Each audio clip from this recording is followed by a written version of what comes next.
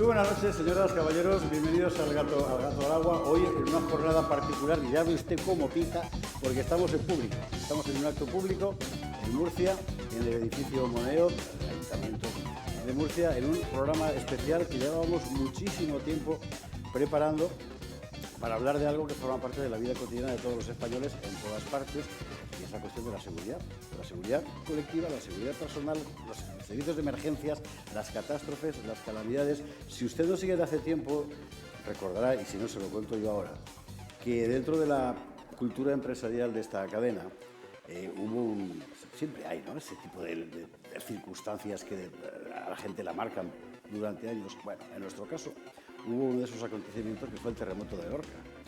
Y si usted recuerda cómo era entonces esta televisión, recordará que estuvimos mandando permanentemente reporteros, cámaras, etcétera, para cubrir aquella catástrofe que nos conmovió, que sacudió a toda España y que además nos hizo aprender muy de cerca el valor de los servicios de emergencias, el valor de los servicios de alerta, la importancia de la previsión y cómo ser capaz de actuar cuando lo imprevisible sucede. Bueno, este iba a ser el carácter del programa de hoy, dedicado, ya digo, a algo que todos vemos cada vez que aparece por nuestras carreteras un coche con una sirenita, ¿verdad? Por el camino han pasado muchísimas cosas y hoy la noticia en toda España es la ruptura, aún no sabemos exactamente en qué términos, ya veremos, ¿verdad?, de los pactos PP-Vox por el Gobierno, lo cual a nosotros nos obliga en parte a cambiar el paso de este guión, solo en parte, porque hablaremos mucho, ¿verdad?, de emergencias, y nos debería conducir, creo yo, a hacernos alguna pregunta muy importante. Verá usted, hace más de 100 años, un sociólogo alemán que se llama Max Weber dio una conferencia, Política como vocación se llamaba, 1919, acaba de terminar la Primera Guerra Mundial. Y allí él planteaba, entre otras cosas, una dicotomía que se le presenta permanentemente al político, que es la ética de la responsabilidad y la ética de la convicción. Es decir, voy a hacer esto porque creo firmemente en ello, o voy a hacer esto otro porque, aunque crea firmemente en esto, sé que sus consecuencias a lo mejor pues no las puedo medir, etcétera. Bueno, esto es algo que se le plantea permanentemente a los políticos de toda la historia. En nuestro tiempo es verdad que esa ética de la responsabilidad con frecuencia se utiliza como cobertura, ¿verdad?, como coartada para no actuar según las convicciones. Lo que hemos visto hoy en España es que un partido ha decidido poner sus convicciones por encima ya no de la responsabilidad, de la conveniencia. Y hasta donde yo sé, esto es la primera vez que pasa. Por eso es tan importante. Vox ha aportado muchas cosas a la vida política española, abriendo debates que no se había atrevido nadie a abrir, y ahora en estos días estamos teniendo un ejemplo supremo también de esto, es decir, de algo que realmente nunca había pasado y además que mucha gente no lo está entendiendo. Y es lógico, porque estábamos acostumbrados a entender la política fundamentalmente como una búsqueda descarnada del poder, sin convicciones ni responsabilidad, como Pedro, ¿verdad? Bueno, pues me parece que es un debate que vale la pena abrir y que, por cierto, nos conduce también de nuevo a la cuestión de las emergencias, y de cómo prevenir, cómo preparar, porque eso es ética de la responsabilidad. Dentro de un instante, segundos, aquí en Murcia, en el edificio Moneo, especial El Gato al Agua.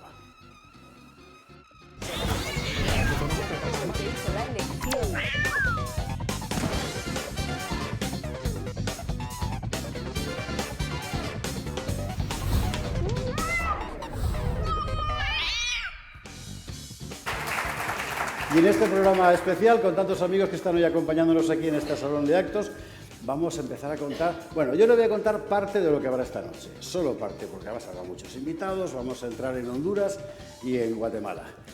Titulares.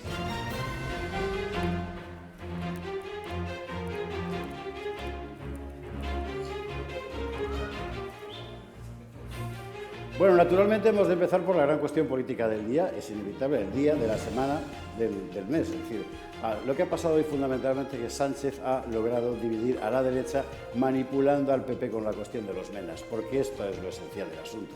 Esto es lo que ha pasado, ha sido una jugada que le ha salido bien porque alguien ha dejado que le salga bien. Bueno, consecuencias, pues pueden ser muy largas. Nosotros vamos a tratar en todo caso de ir al fondo de la cuestión.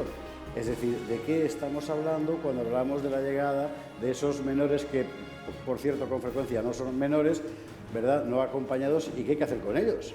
Lo contaremos.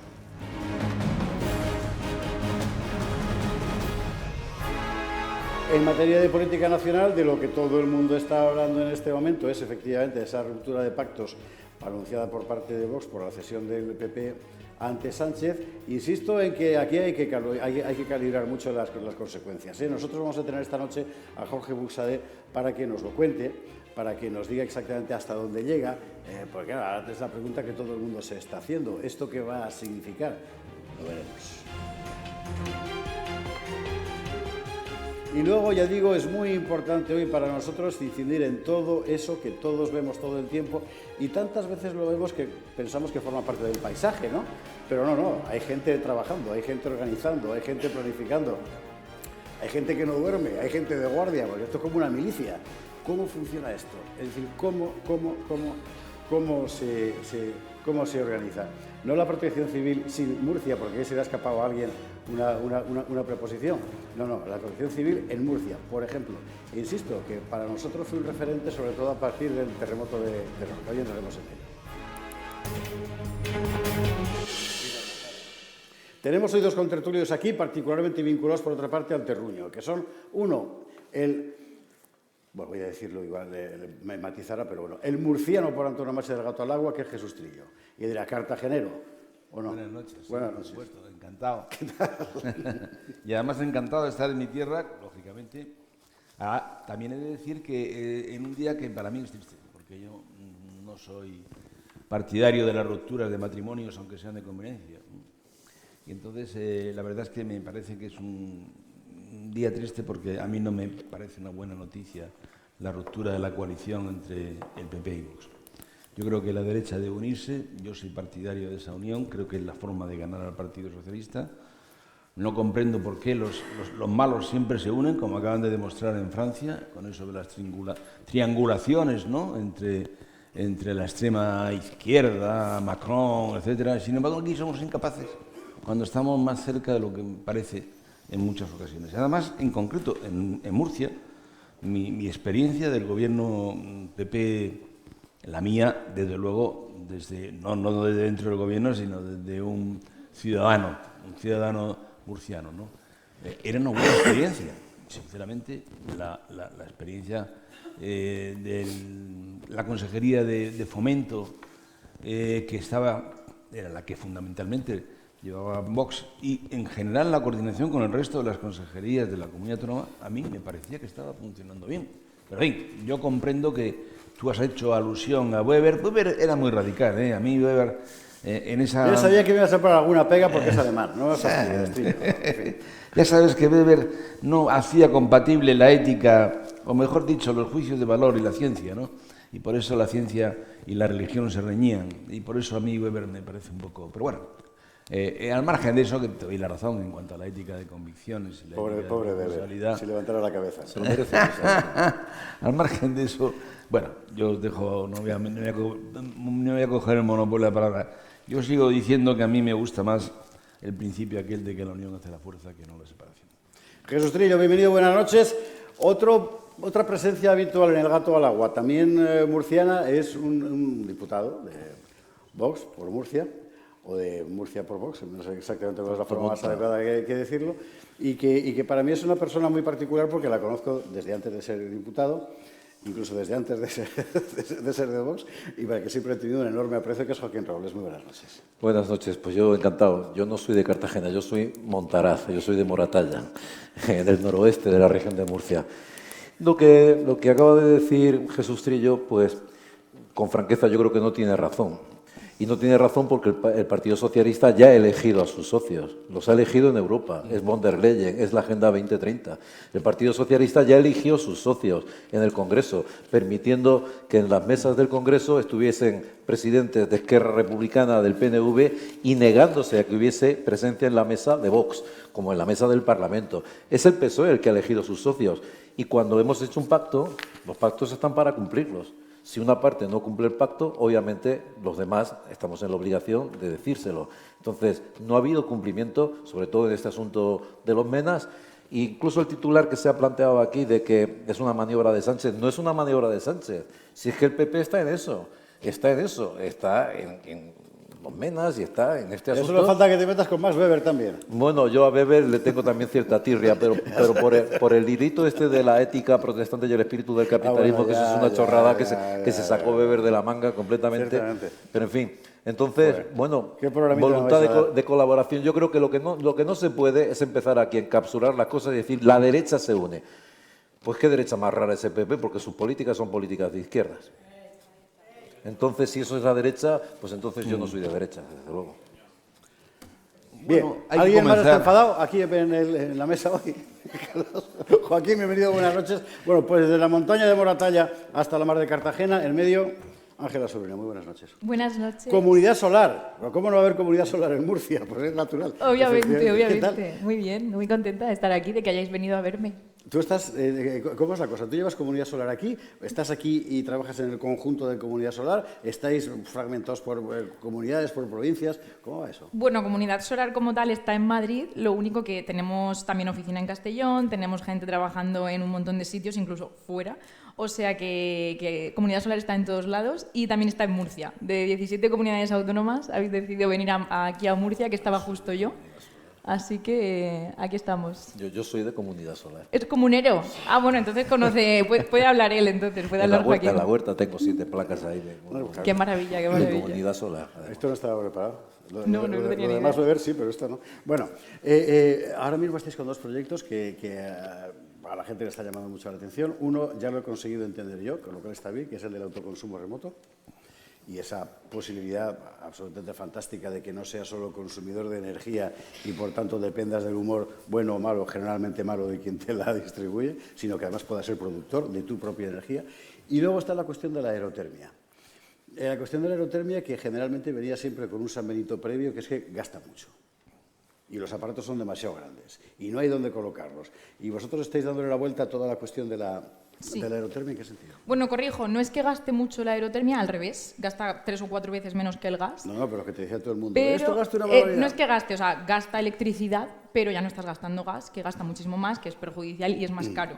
Y también lo único malo que tiene la aerotermia es que es una inversión cara. Al final, ponerte una aerotermia en casa, pues suele requerir un pago inicial, ahí por ejemplo estáis viendo la web con precios, y requiere pues, de una inversión. Es una fuente renovable, es mucho mejor que el gas, pero hay que hacer la instalación y por tanto ese pago. Lo que nosotros hemos hecho es facilitar esto al máximo e intentar dar el máximo ahorro posible. ¿Cómo hacemos esto? Con una compra en grupo. Hemos lanzado una compra en grupo en Comunidad Solar porque al final cuantos más se unan, pues más descuento podemos hacer. Es como una economía de escala. Entonces, hemos negociado con Acierta Eficiencia, que pertenece al grupo Caser, un descuento para el grupo. Cuanta más gente se vaya uniendo, mayor descuento. Podemos empezar desde un 10% hasta un 30%, tanto en el equipo como en la instalación de aerotermia. Vamos a conseguir el 30% porque ya hay más de 200 personas interesadas y seguro que lo alcanzamos. Ahí podéis ver el descuento. Y además ponemos aún más facilidades para que podamos ahorrar incluso más.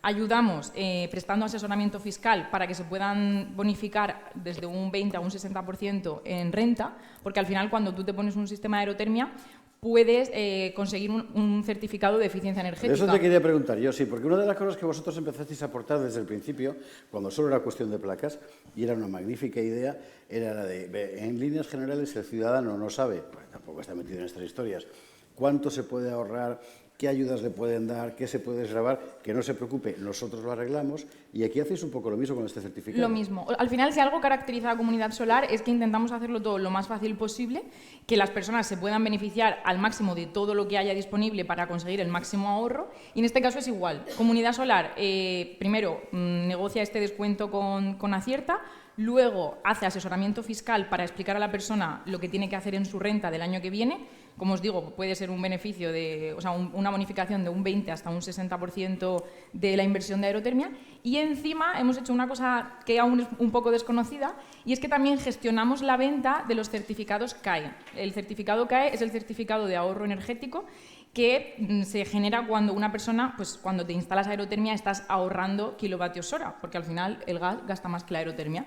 Entonces eso, hay un mercado donde puedes vender esos certificados, la gente, la mayoría ni lo sabe, y nosotros también nos encargamos de esto. Entonces puedes obtener incluso un beneficio extra, un ingreso adicional de entre 800 hasta 1.500 euros, dependiendo también del precio de mercado y del ahorro que tengas. O sea, en resumen, si un sistema de aerotermia te puede costar de media, una vivienda media, 12.000 euros, con este sistema intentamos que sea pues, más de un 50% de ahorro y que se pueda quedar en 5.000. Así la gente se anima a decir adiós al gas y a poder pasarse a una fuente renovable. Con la aliciente, además, de que a partir de ese momento tu factura se va a reducir. Claro, claro, es que la aerotermia, el consumo se puede reducir hasta 4 veces más. Claro. Y encima, si tienes algún producto, o sea, si tienes tu propia producción de energía, de electricidad, pues claro, aún más la reduces. Si tienes paneles fotovoltaicos o tienes autoconsumo remoto, como comentabas, te autoabasteces. Pues sale, en Murcia, Comunidad Solar. Ángela Sobrino, muchísimas Muchas gracias. De verdad que vale la pena entrar y buscarlo, ¿eh? Entre usted en la web, en comunidadsolar.es, y infórmese sobre el asunto, porque la propuesta es... Importante, que tenemos la lista de interés abierta hasta final de julio. Es verdad, sí, Entonces, claro, lo que animo es que la gente se meta en la web que tiene aquí abajo, o incluso que llame, nuestros asesores energéticos le atienden encantados, que se animen, que es sin compromiso, que pidan información y que se unan a este pedazo de compra en grupo. Ángela Sobrino, muchísimas gracias. Muchas gracias. Gracias, buenas noches. Nosotros vamos a empezar con la cuestión de la actualidad. Hay una llamada que hay que hacer. Lo suyo sería irse a la publicidad, como hacemos habitualmente. Pero hoy tenemos un invitado especial al que hay que meterle ya sí o sí, porque madruga muchísimo, que es Luis del Pino, que desde que empezó en Radio Libertad por las mañanas, pues se levanta a las 4. Entonces, y nos dijo que nos esperaba. A ver si es posible conectar con él, porque nos interesaría muchísimo conocer su opinión antes de que se vaya a dormir, ¿verdad?, de lo que ha ocurrido con esta cuestión de los pactos, Pepe Vox, el follón de la reforma o no de la ley de extranjería, etcétera. No sé si lo tenemos. Si no lo tenemos, aún no, pues nos vamos a la pública y volvemos con él, si os parece. ¿Vale? ¿Estamos? ¿Sí? ¿De acuerdo? Pues venga, Publi, y a la vuelta enseguida Luis del Pino.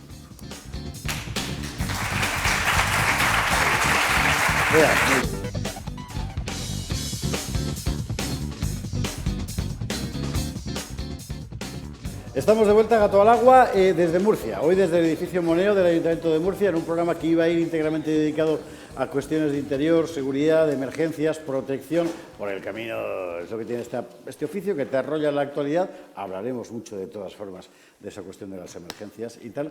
Pero hay que ir a la actualidad, lo primero. Y tenía yo anunciado que si le pillábamos antes de que se fuera a dormir, él nos había prometido que entraba con nosotros. Don Luis del Pino, muy buenas noches. ¿Está? Don Luis, mira lo que viene. Te aplaude la gente.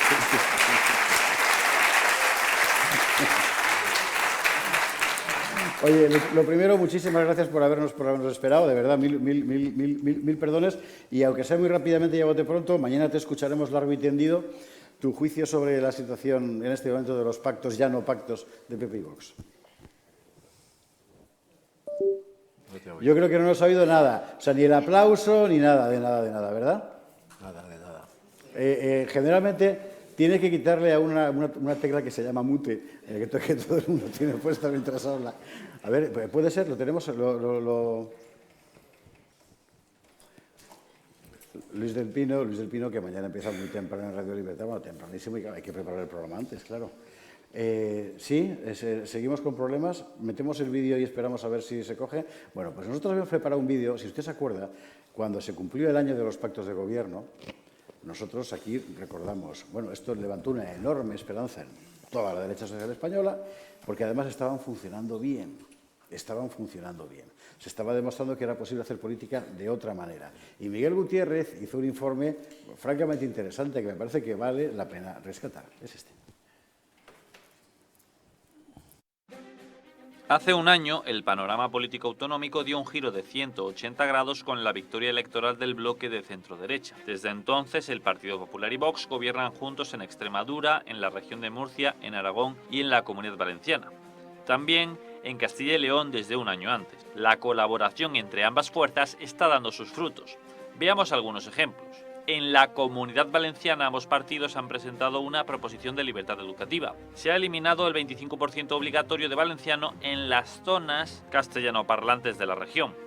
Ese porcentaje mínimo solo se mantiene en las áreas donde sí se habla valenciano. La inmersión total no está permitida.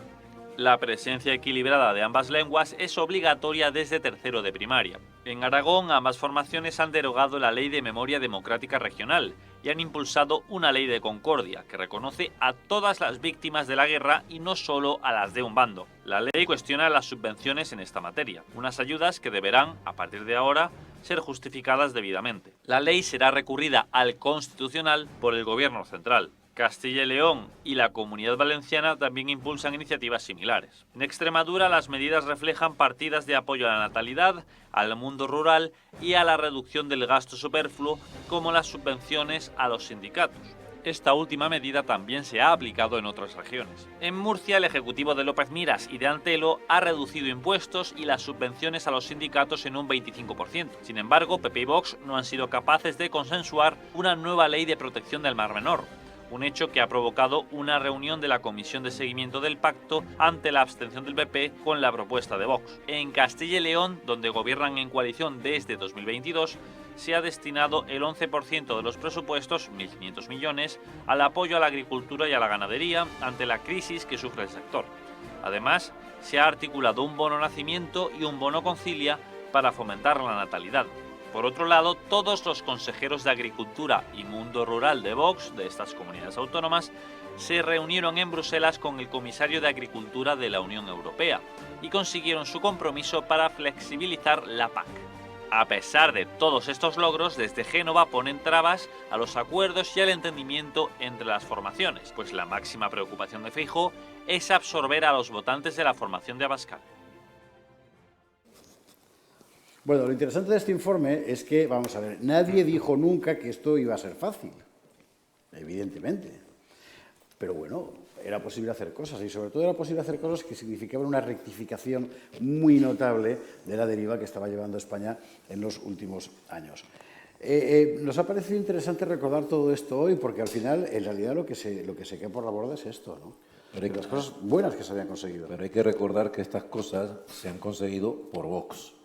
Porque el Partido Popular, donde gobierna el solitario, ni se le ocurre, ni se le pasa por la cabeza derogar la ley de memoria histórica, ni nada. Es decir, es Vox el que ha conseguido estos éxitos y el Partido Popular se ha acoplado a lo que nosotros hemos hecho en función de nuestra representatividad. Pero cuando el Partido Popular gobierna solo, estas medidas no las toma. Por eso insisto en este asunto. Si han funcionado bien los gobiernos, ha sido por la acción de Vox. Y aquí, por ejemplo, con la magnífica labor de Pancorbo al frente de la consejería. Pero el Partido Popular, siempre con una cara al público, ha sido una cara buena y bien con los pactos, pero sabemos que cuando están gobernando en solitario, nada de esto lo llevan adelante. Entonces, pues... Joaquín, pero es que precisamente por eso se justifica el pacto.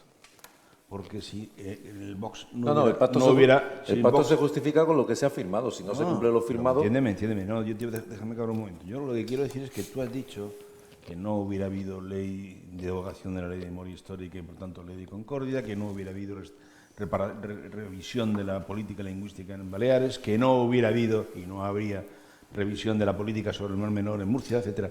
Bueno, gracias a eso, para eso sirven los pactos. Para eso era bueno el pacto. En Murcia no ha habido ninguna posición de PP con respecto al Mar Menor. Bueno, te lo digo porque es lo que ha puesto ahí en el... Tienes razón, no lo ha habido y la debería de haber. Pero bueno, ha habido algunas cosas y algunas cosas buenas. En definitiva, lo que yo quiero decirte es que Vox ha facilitado y ha forzado a que el Partido Popular hiciera cosas que igual no hubiera hecho. Pues magnífico. Alegrémonos de ello. Esa es la eficacia de la política positiva. Tenemos a Moreno Bonilla en Andalucía haciendo exactamente la misma política que hacía anteriormente el PSOE.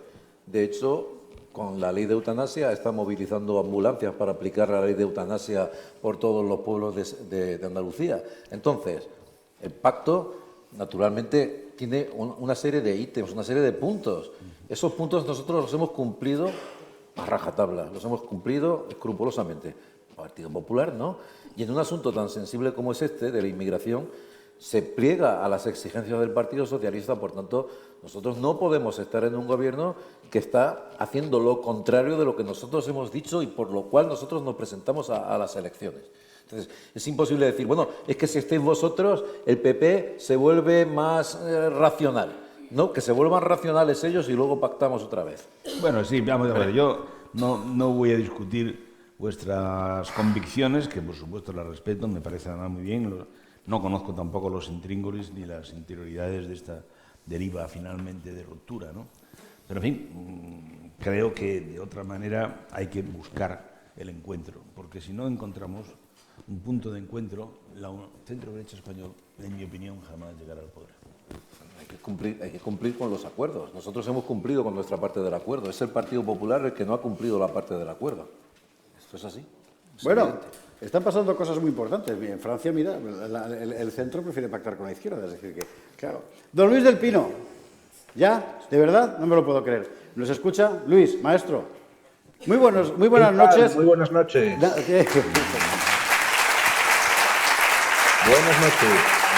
Están. O sea, habéis aplaudido tanto que habéis fundido la pantalla. Ya, a ver si podemos recuperar otra vez. Esto es la vehemencia de Murcia. Que la ha dejado. A ver. ¿Hay forma de que vuelva? No. O sea, ¿lo han apagado? Sí, a ver. Ahí está. No aplaudáis otra vez, que se nos da la señal. Luis del Pino, oye, mil gracias de verdad por esperar hasta tan tarde, que para ti es tardísimo, por nosotros, y aunque solo sea 2 minutos, yo sí quería escucharte ahora, antes de escucharte mañana, sobre la cuestión del pacto. Nada. Sí, ahora, ya. No sé si os lo has escuchado. Hola, ¿qué tal? Muy bien, muy bien. No sé si me escuchas ahora, Luis, ¿me escuchas? Un poco mal, pero sí. Quería pedirte, aunque solo sean 2 minutos, tu valoración de la ruptura de los pactos PP-Vox, por lo que hasta el momento sabemos, que ya veremos si mañana sabemos más. Bueno, por el momento no sabemos qué es lo que dirá Vox. Yo entiendo que la postura que seguirá Vox pues es una postura formalista, en el sentido de decir que por el momento no se ha producido ninguna decisión de los gobiernos. No hay manera. O sea, Marlaska nos está haciendo la vida imposible. Bueno, pues nada, déjalo estar, que se vaya a dormir, que mañana tiene que levantarse a las 4, porque es que señor pobre, pues nada, mandarle un abrazo. Bueno, bien, nosotros vamos a ir a lo que teníamos previsto. Yo les recuerdo que este programa, no me quiero equivocar además en la mención, que es muy importante, lo estamos realizando aquí con vosotros, gracias, y a ellos hay que darles las gracias, a la vicepresidencia y Consejería del Interior, Emergencias y Ordenación del Territorio del Gobierno de la Región de Murcia. Y nosotros querríamos empezar ya con la cosa directamente local, porque son cosas locales que tienen la particularidad de que toda España las siente como suyas, o una muy buena parte de España. La cuestión del Mar Menor, por ejemplo, porque se convierte en polémica permanente. Y todo el mundo termina, por cierto, con una idea bastante distorsionada de lo que realmente ocurre. Y me parece que ayer o antes de ayer, cuando apareció un informe científico, que mira tú por dónde da la razón a los agricultores, no a toda la progredumbre y tal, ¿no? Bueno, y luego la cuestión del agua, que es un contradios. O sea, repartimos menos, pero el agua no se puede repartir. Así que, si os parece, vamos a ir por partes. Enseguida estarán con nosotros 2 responsables de emergencias, precisamente, del Gobierno de Murcia. Con ellos vamos a hablar largo y tendido, y además, a petición de uno de ellos, que es una cosa que le toca muy directamente, vamos a hablar del Mar Menor, hombre, por ejemplo. Información. El Mar Menor es uno de los grandes temas de la región de Murcia. Se trata de un asunto que enfrenta al ecologismo con el campo por la contaminación del mar, ya que los primeros acusan a los segundos de ser los responsables. Vox denuncia que la izquierda hace pasar a sus activistas políticos por científicos para señalar y cargar contra los agricultores. Sin embargo, el veredicto de los expertos independientes dista mucho de lo que denuncia la izquierda.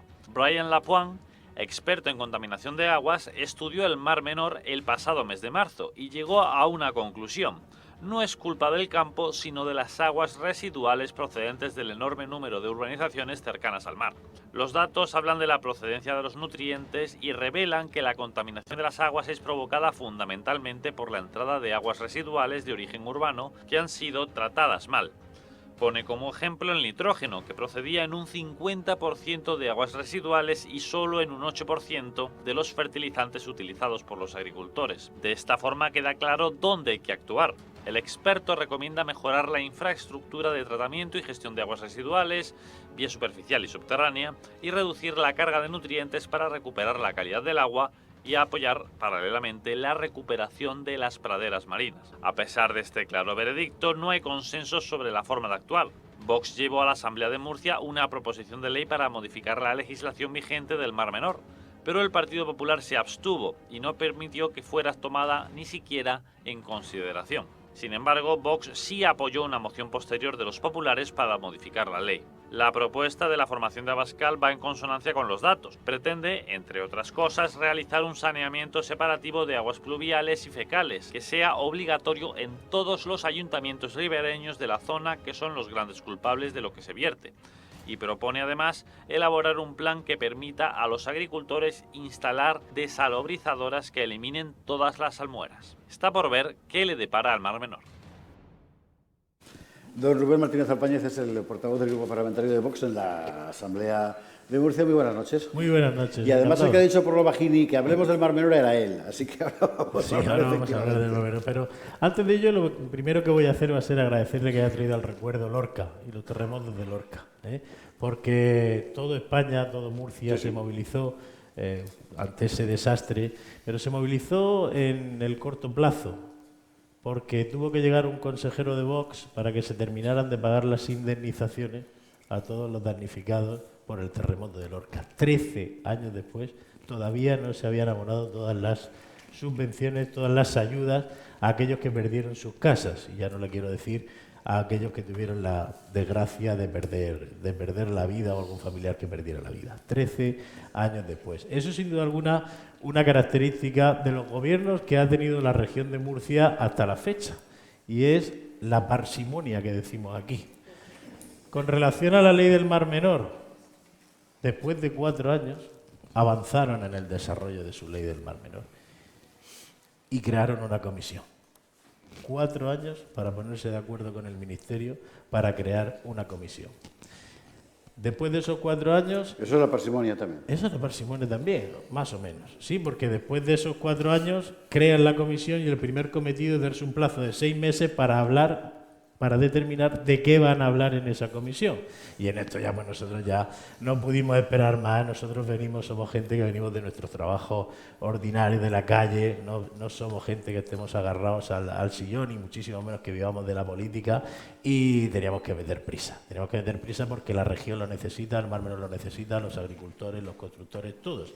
En definitiva, presentamos una ley y la ley esa, pues, no salió adelante. Y no salió adelante porque había que consultar con expertos. Ahora estamos consultando con los expertos, están los expertos acudiendo a la Asamblea Regional y todos nos están dando la razón. La ley de Vox es buena, la ley de Vox era buena, y finalmente, Dios mediante, en unos meses se aprobará la ley que puso Vox encima de la mesa. Bueno, pues bien está. Es una buena noticia. Sí. Porque además el tema del Mar Menor es cada día peor. Es decir, yo, que soy, tengo una casa en Cabo de Palos, no es que sea el Mar Menor, pero sabéis que está al lado del Mar Menor.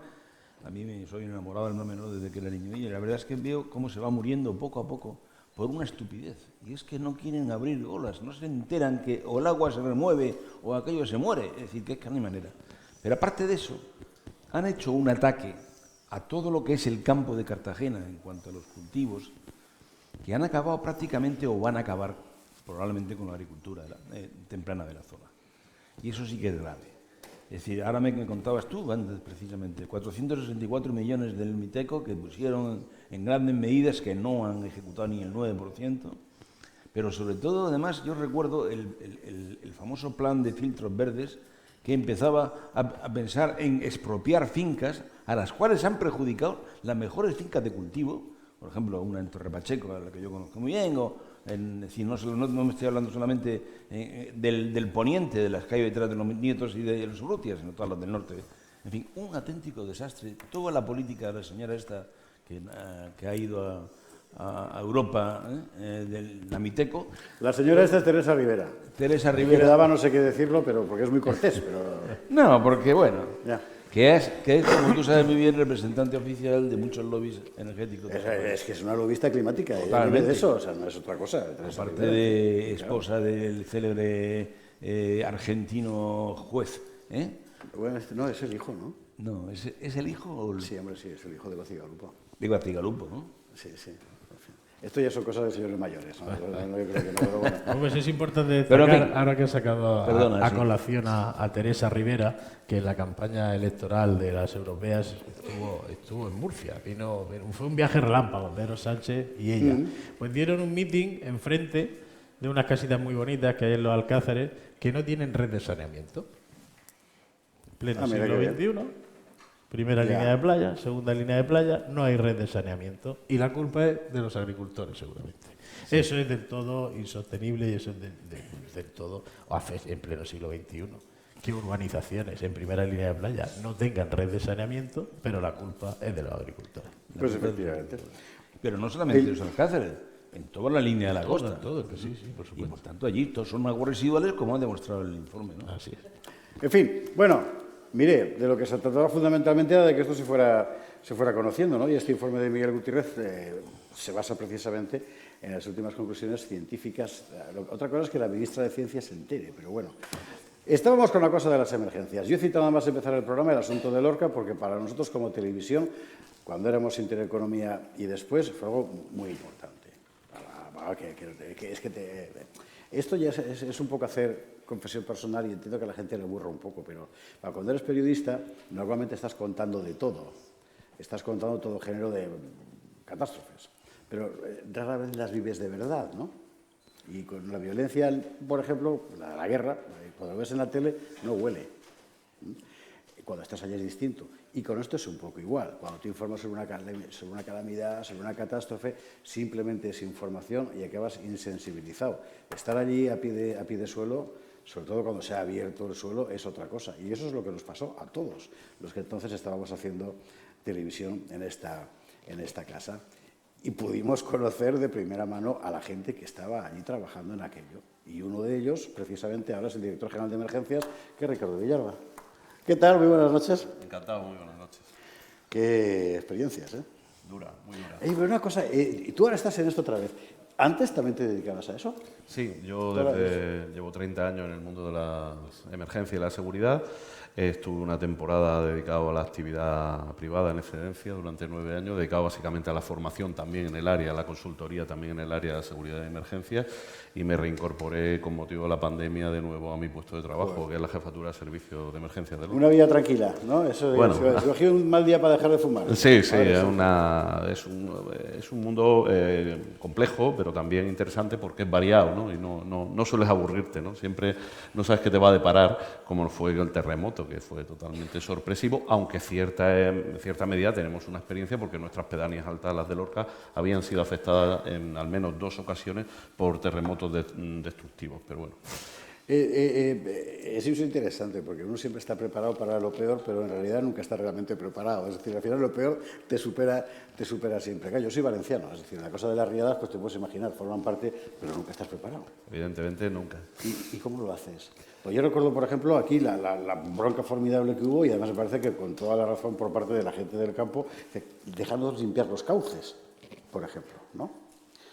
Y cuando no te dejan, ¿qué haces? El problema es que cuando chocamos con el radicalismo ecológico, por ejemplo, pues no nos dejan limpiar cauces, por ejemplo. O sea, tenemos una serie de elementos como taráis y demás que sabemos que van a obturar las salidas de agua previstas para tal fin y que van a generar pues, la acumulación de las mismas y, por tanto, el desbordamiento en determinados puntos de cauce. Eso es matemático, no hay otra cuestión. Entonces, cuando hemos forzado esa situación, por ejemplo, en el caso de Lorca, pues hemos tenido una respuesta y una contestación fuerte de determinados sectores, pero entiendo que la seguridad de las personas está por encima de todo. ¿Hasta dónde llegan las potestades de un gobierno autonómico, por ejemplo? Porque al fin y al cabo el que es el responsable literalmente del territorio eres tú, porque es tu tierra, ¿verdad? Es la que tú gestionas y con frecuencia tienes que enfrentarte a legislaciones, reglamentos, etcétera, que ha impuesto a alguien que nunca sabes muy bien quién es, pero que manda un montón y que una vez que se tienen que aplicar en la práctica resulta que son contraproducentes. ¿Hasta dónde tiene mano un gobierno regional? A ver, en materia de emergencias y protección civil sí tenemos bastante capacidad de ejecutar legislación que permita y posibilite facilitar lo que son las actuaciones propias, ¿no? En cierta manera, aunque estamos viviendo un fenómeno muy curioso, como el PSOE a principios de la democracia facilitó muchísimo lo que era entregar las competencias en materia de emergencias a las comunidades autónomas, y desde hace unos años hasta ahora, con el PSOE otra vez, se está produciendo un fenómeno regresivo de control de ese tipo de políticas, porque tienen un cierto interés, mucho interés en controlarlo todo, y también esta parte. Por tanto, nos encontramos muchas veces, como por ejemplo hace unos meses en el Consejo Nacional de Protección Civil, como a las balsas de nuestros regantes pues querían ponerle, en vez de exigirle un plan de emergencias, querían exigirles dos. Era una ocurrencia del MITECO. ¿Cómo dos? Dos, una para el plan de emergencias de la propia empresa y otra para el plan de emergencia exterior, cuando hasta ahora se estaba utilizando un solo plan, lo que facilitaba sin duda pues lo que era la implantación del mismo, abarataba costes, y la gestión luego de la propia administración de la implantación del plan era mucho más sencilla. Ahora, el MITECO pretendía dos planes. Lo paramos en seco, discutimos con Marlaska y bueno, la cosa por ahora se ha frenado y esperemos que no nos pongan más dificultades, porque en definitiva se trata de ponerle dificultades en lo que nos afecta a nosotros, a nuestros regantes. Es decir, gástese usted el doble de dinero, haga usted dos planes y implante dos planes en simultáneo, lo cual es complicado y prácticamente contradictorio. Ahora te voy a hacer una pregunta que va a parecer una estupidez, pero seguro que no lo es, ¿eh? Porque con vosotros, con los servicios de emergencias, pasa un poco como cuando mamá se va de vacaciones, ¿no? Que de repente todo falla y no sabes por qué. Claro, normalmente estamos todos tan acostumbrados a que las cosas no fallen, ¿no?, que no reparamos en que eso ocurre porque estáis ahí. Si no estáis es cuando todo se hunde. ¿Y cómo se organiza? Porque fundamentalmente me imagino que es cuestión de previsión, protocolo, organización, tesón, claro, porque tiene que estar todos los días todo revisado. Evidentemente hay que planificar. Tenemos que planificar. Un dato: nosotros nos hemos encontrado el Plan Territorial de Protección Civil de la región de Murcia con 22 años de antigüedad y sin actualizar, que por suerte hemos actualizado y lo tenemos listo para llevarlo a la Comisión Regional de Protección Civil cuando sea el momento de convocatoria, pero ya lo tenemos actualizado. Vamos a decirle todo. Hay que tener la planificación, luego hay que contar con buenos profesionales. Al final el factor humano es fundamental. ¿Por qué? Porque la adaptación que tenemos y las capacidades que tenemos vienen fundamentalmente de la experiencia, y esa experiencia nos permite adaptarnos a situaciones a veces no previstas, con lo cual también es fundamental e importantísimo. Y, evidentemente, también pues, contar con la prevención. Intentamos que la población, a través, de hecho, estamos en el desarrollo de varias campañas desde la Consejería de Interior, Emergencias y Ordenación del Territorio, de varias campañas para ayudar a la población a su autoprotección desde la prevención. Es fundamental. Esos tres factores nos ayudan a que luego podamos manejar, gestionar una situación crítica. A veces no, a veces tenemos al Partido Socialista poniendo pegas. Por ejemplo, en las últimas 48 horas han llegado a las costas de la región de Murcia 9 pateras, con alrededor de 120 personas aproximadamente. Digo aproximadamente porque la delegación de gobierno no nos da la información clara y correcta, ¿no? Nos enteramos por otros servicios que están participando, pero quien tiene que informar no lo informa. Bien, la Dirección General, que pertenece a la Consejería de Interior, tiene el único helicóptero que hay en la región con capacidad de hacer un rescate en el mar.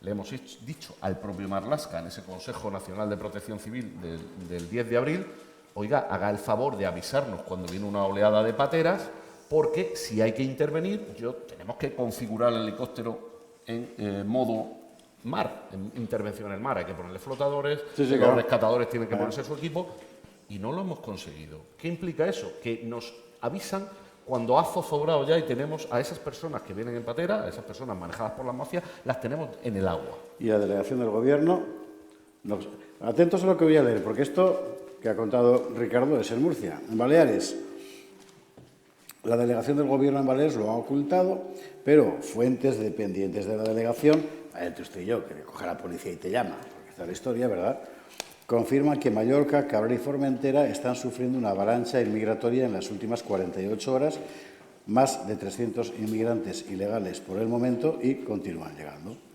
Bueno, ahora vamos a hablar enseguida con Rubén Pulido, que lo tenemos ya esperando. ¿Esto cómo se para? Sobre todo cuando quien tiene que ayudarte no te ayuda. A ver, existe una opacidad absoluta para que la sociedad no se entere de lo que está pasando. Nosotros tenemos la gestión del 112, donde participa Guardia Civil y Policía Nacional, y tienen instrucciones de evitar el sistema 112, de hablar directamente por un teléfono convencional con otros servicios para que precisamente no nos enteremos.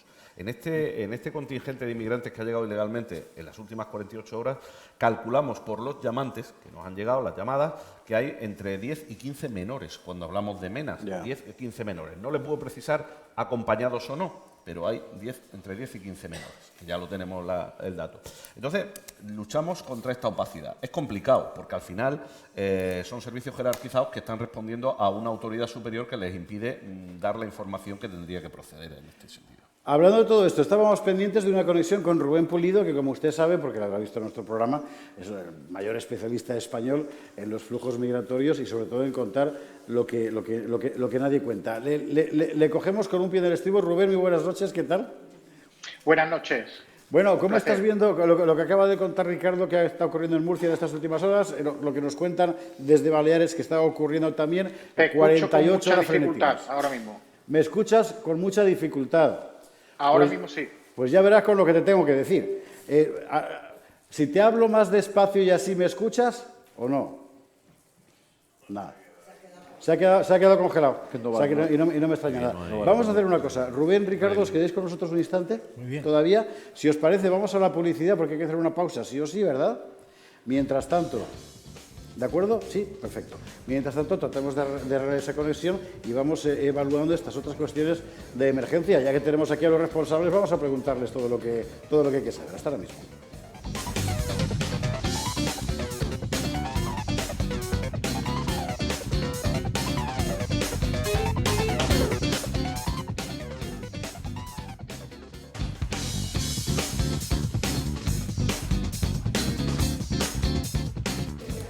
Estamos de vuelta en esta edición especial del Gato al Agua desde Murcia, invitados por el Gobierno Regional de Murcia, por la Consejería de Interior. Por cierto, ahora voy a preguntar algo que con toda seguridad usted se ha preguntado alguna vez. ¿Qué carajo quiere decir ordenación del territorio? Porque se imagina un señor ahí poniendo, en fin. Bueno, pero esto será después. Como sabe usted, hoy es el día, en fin, en el que, como en aquella película, es un mal día para dejar de fumar, con perdón. Hemos tenido la ruptura de los pactos PP-Vox. Sabe usted que ha anunciado Santiago Abascal hace un par de horas que se rompen todos. Los vicepresidentes de Vox van a presentar su dimisión si no lo han hecho ya. Alguno lo ha hecho ya, como es el caso de Nolasco. De tal forma que esa experiencia, que es con lo que hemos empezado el programa, esa experiencia que objetivamente había contribuido a explicar a los españoles que era posible hacer otra política, si no se diluye, por lo menos se frena. Y se frena, además, con una cuestión particularmente compleja, en las que hay que hacer un esfuerzo importante, de esas en las que hay que hacer un esfuerzo importante de pedagogía, que es la cuestión de los menas, donde hay que explicar un montón de cosas para que no pase solo el discurso ternurista de son nuestros niños, como sea la consejera de Inclusión de la Junta de Andalucía, son nuestros niños que acompañamos hasta los 25 años. A los 25 años, en fin, pues mire usted, para niños... Bueno, vamos a ver, la situación cuál ha sido ahora mismo. Como usted sabe, el PP en principio dice que no va a aprobar la ley de extranjería de Sánchez, ley que supuestamente sería la que obligaría a repartir equitativamente por toda España los menores no acompañados. Al mismo tiempo, sí que compra íntegramente el PP el discurso del Gobierno en cuanto al reparto de menores no acompañados, con el consiguiente efecto llamada, porque este es el problema. O sea, el problema no es qué haces con 700 que están entrados, no. El problema es que 700.000 que están fuera no vean en sus móviles que pueden entrar. Claro. Y ahí es donde el PP parece que no quiere dar el paso necesario. ¿Sabe usted lo que está pasando en París ahora? Me parece que tenemos la imagen, ¿verdad? La policía ha ido con furgones por toda la ciudad a recoger a todos los inmigrantes ilegales, creo que tenemos el titular. Y los están metiendo en autobuses y sacándolos fuera, sin decirles a dónde los llevan. Yo creo que no lo saben ni ellos. ¿Por qué? Por los Juegos Olímpicos. Entonces, como París, si usted ha estado recientemente, sabrá que es bastante intransitable, que ha hecho el Macron, después de haber montado toda la campaña electoral contra Marine Le Pen, que sí, falta humanidad por la inmigración, pues esta gente va a coger los autobuses, mete a todos los ilegales dentro y los saca de la ciudad para que los turistas no los vean. O sea, es que... ¿Qué hacemos? ¿Qué hacemos? ¿Quedas mucho mejor delante de todo el mundo? Bueno, no lo sé, adoptando una posición buenista. Pero es que eres un político, tu obligación no es esa. Salvo que quieras deliberadamente fomentar el fenómeno, que entonces ya, en fin, entramos en otro género de consideraciones. ¿Cómo va a quedar este reparto de enmiendas? Pues como vamos a ver en este mapa a continuación, lo vemos en pantalla. En las comunidades de PP y Vox ya tenía unos cuantos, van a tener más. Ahora, lo que se planteaba y con bastante tiro, por cierto, lo planteaba Irene González, a ver si la podemos tener esta noche, es esto, ¿por qué no se lo plantea el Gobierno a los alcaldes? Claro, porque esos chavales no van a una comunidad autónoma, van a un municipio concreto. ¿Y ahí quién tiene que dar razón a los vecinos? El alcalde, no el de la comunidad autónoma. Bueno, esta es la cuestión. A todo esto hay dos elementos que me parece que es importantísimo subrayar para saber de qué estamos hablando realmente. Uno, lo contábamos ayer en El Gato, el 67%... El reparto de... ¿Perdón? ¿Ha sonado por ahí una voz que o es como sea Pilar Alegría, que nos ha cortado la señal? No, digo, el 67% son marroquíes. Marruecos no es un país que esté en guerra, Marruecos no es un país que tenga hambrunas, Marruecos no es un país subdesarrollado. Atentos al informe que Miguel Gutiérrez contará en El Gato la semana que viene sobre las cesiones de la política española de Marruecos, ¿vale? Dos, el 64% son mayores de edad. Vemos la información, es que son mayores de edad. Si ya es dudoso que un chaval de 17 lo puedas considerar menor, pues yo no sé cómo era usted con 17 años, pero yo me acuerdo de cómo era yo. O sea, vulnerable poco, ¿verdad? Bueno, es que encima son mayores de 18 y algunos muy mayores. Bueno, es que esta es la realidad, ¿no? Este es el asunto. Entonces, resulta que hemos de habilitar una enorme cantidad de gasto para hacer frente a algo que exactamente, ¿por qué hemos de hacerlo?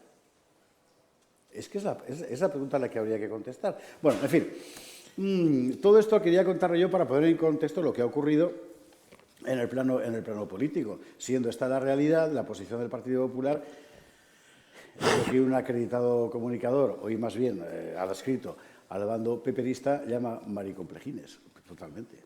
Claro, no vayan a decir que yo no quiero, ¿no? Bueno, vale, pues luego tendrás que ir a los ayuntamientos a explicarlo. Digo yo, no lo sé. Bueno, en fin, vale. Joaquín, perdón. Sí, que hay una cuestión que yo creo que hay que tratar necesariamente. Y es esta política panfilista. No me gusta decir buenista. Es verdad que lo de Gustavo Bueno soy de un purista con eso. Panfilista. Porque se basa en argumentos de carácter ético, que hay que cuidarles, que hay que darles de comer.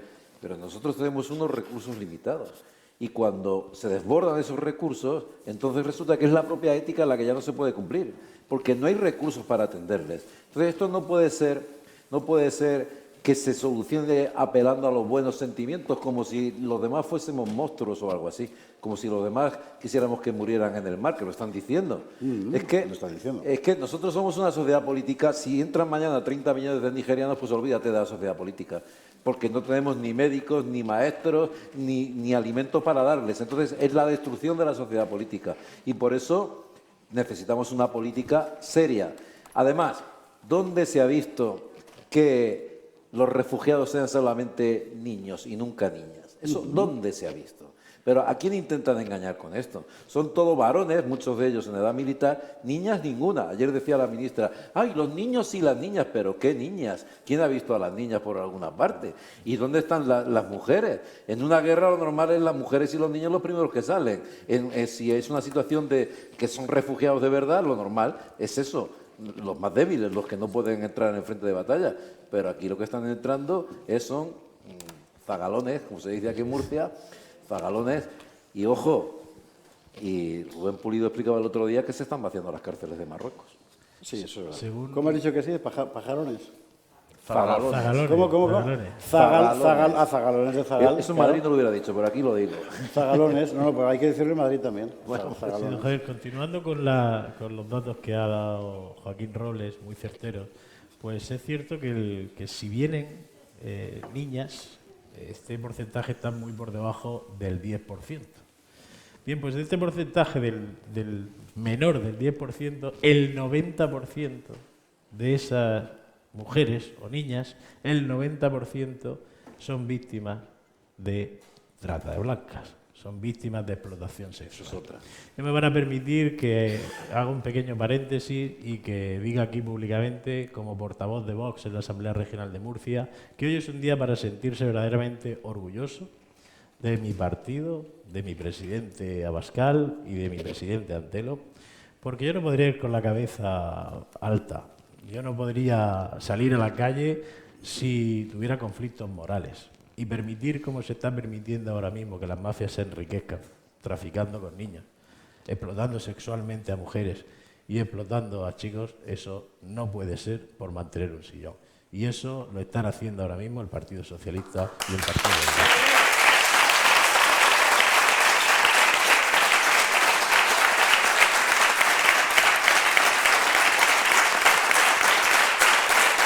Muy bien.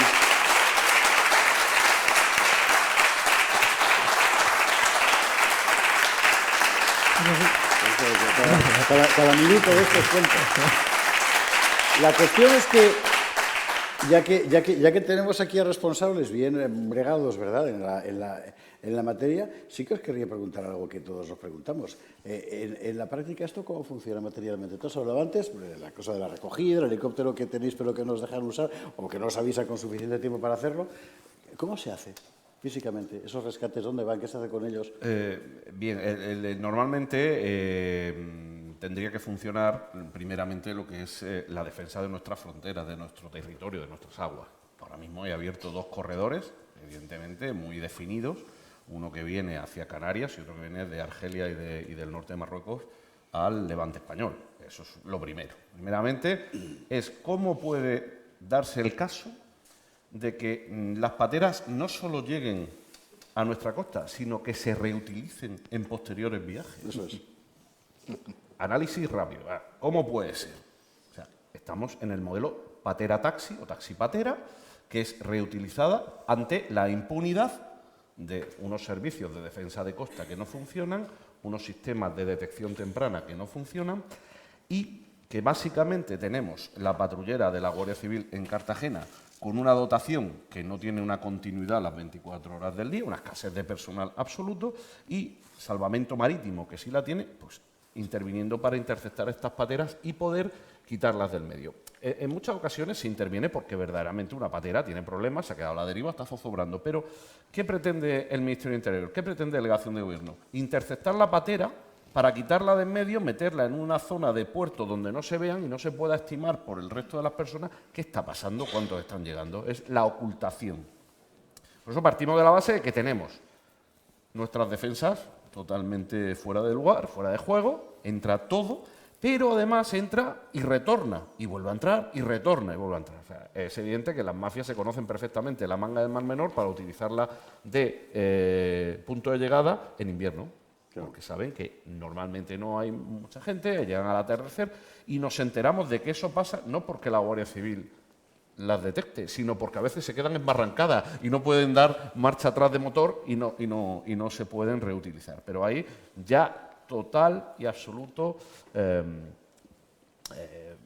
una utilización total de lo que es el retorno, la ida y la vuelta y el modelo taxi-patera. Eso es una realidad esos buques nodrizas que les proporcionan combustible en los puntos predefinidos, porque esa es la cuestión, y tenemos capacidad. El Estado español, a través de sus Fuerzas Armadas y a través incluso de su Guardia Civil, tiene capacidad para evitar eso, por supuesto.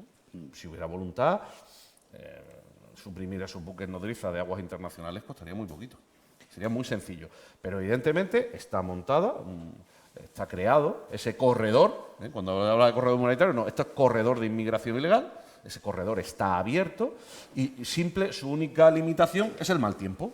¿Cuándo llegan pateras? Pues evidentemente, como tenemos un tiempo como el de estos días, con mar en calma, que no hay ninguna dificultad en la navegación. Ellos también ya, como antes llegaban también cuando había mala mar, pero como tienen tanta facilidad, incluso con buena mar, en llegar sin que haya obstáculos, pues ya vienen de forma continuada y sin ningún tipo de riesgo para ellos, normalmente. Ya digo, llegan, dejan a esas personas y regresan. Y desde el punto de vista competencial, una comunidad autónoma ahí no puede hacer absolutamente nada, salvo tratar de fregar el suelo después. Porque, claro, con esta gente aquí, esa gente gente llega, que no sabes quiénes son. Claro, esa gente llega normalmente al CATE, ahí en el CATE los clasifican y... El CATE no es lo que parece, ¿no? Claro, no es lo que parece. ¿El CATE es qué quiere decir exactamente? Centro de Atención Temporal de Inmigrantes. Llegan ahí, lo clasifican, lo filian y entonces, ¿qué ocurre? Pues unos salen por la puerta, obviamente, libre, en autobuses, se distribuyen, se abren las puertas en estaciones de autobuses de distintas ciudades de la región o fuera de la región, y otros, como son los menores, automáticamente ya llegan a los servicios, ahora así llaman a la puerta de los servicios sociales de la comunidad autónoma para que los atiendan. La región de Murcia es receptora neta de menas. O sea, nosotros realmente, y tenemos sobradas razones para no aceptar menas, porque somos receptores netos. O sea, el año, entre 2022 y 2023, llegaron 70 menas a las costas de la región de Murcia.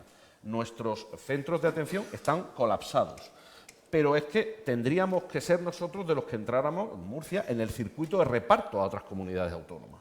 ¿De acuerdo? Porque si eres de interior, como Extremadura, que tienes 30 menas, nosotros a día de hoy, si no recuerdo mal, tenemos 322 menas. 322 menas. Se ha incrementado en 70. La subida ha sido brutal y va acompañada de la subida de inmigración, obviamente, ¿no? De un 81%, casi concuerda, salen las cuentas con lo de los menas. Problema, que somos receptores netos. Tendríamos que enviar menas a otras comunidades autónomas, sí que no recibir. Perdóname, todo esto es una locura. Vamos a ver. Las comunidades autónomas no son más que paganos en esta historia. Es decir, son los que pagan el desastre de la falta de política exterior, que tendría que empezar por ahí, de la falta de política de defensa, porque ¿para qué está la Marina Española sino para salvaguardar la defensa de las costas y del mar territorial y más allá del mar territorial? Es que está por ley, es que es así de establecido.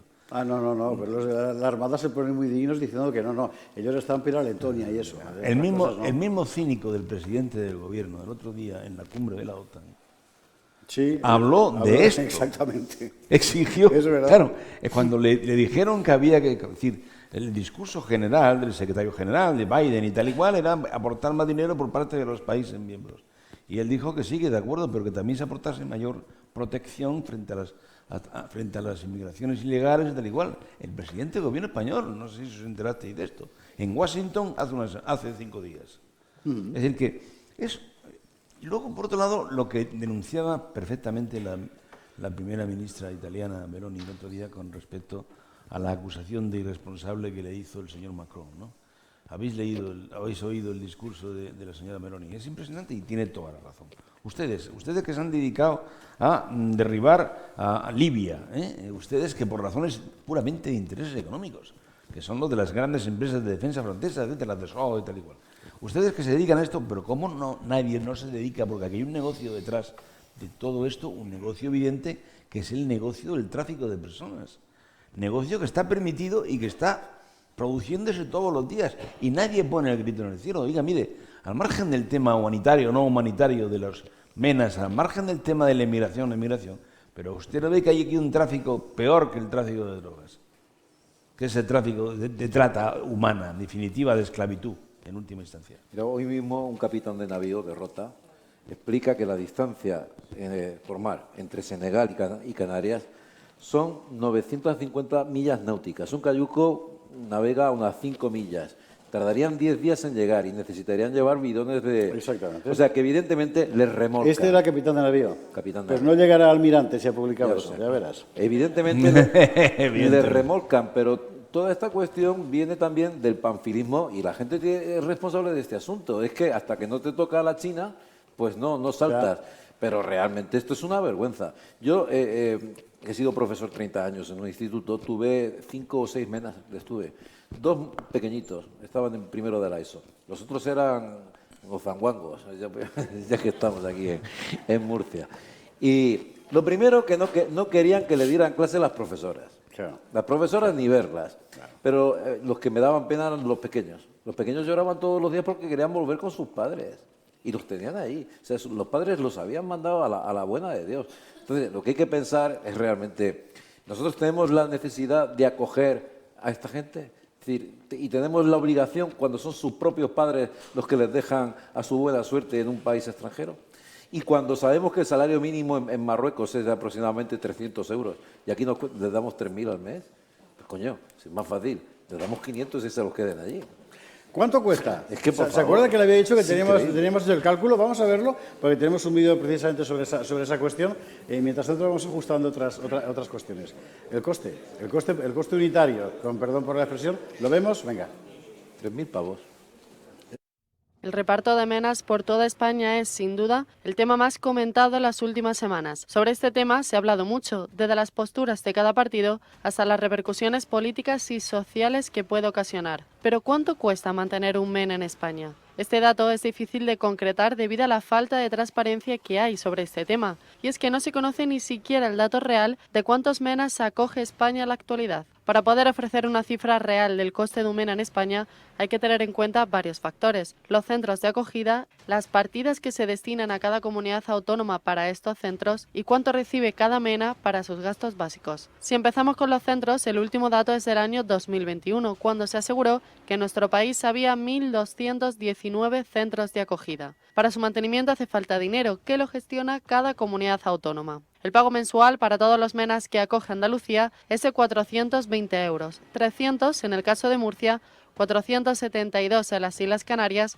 y 707 euros en Ceuta. En Extremadura el pago mensual es de 537 euros, en Castilla-La Mancha de 420. En la Comunidad de Madrid la cantidad es de 400 euros y en la Comunidad Valenciana de 1.125, siendo la que más dinero destina a los MENAs. En Galicia y La Rioja la cifra es de casi 400 euros al mes. En Asturias, Cantabria, Aragón y las Islas Baleares superan esa cifra y en el caso del País Vasco, Navarra y Cataluña se superan los 600 euros al mes. Por otro lado, aunque no existe una cantidad fija, cada MENA sí que recibe una pequeña asignación mensual para diferentes gastos. Unas cantidades que, como todo en este tema, carecen de transparencia. Cada comunidad es la encargada de establecer este gasto, pero suelen oscilar entre los 200 y los 300 euros al mes. En definitiva, si nos ponemos a contabilizar estos gastos, nos damos cuenta que España destina mucho dinero en acoger y mantener a los menores extranjeros.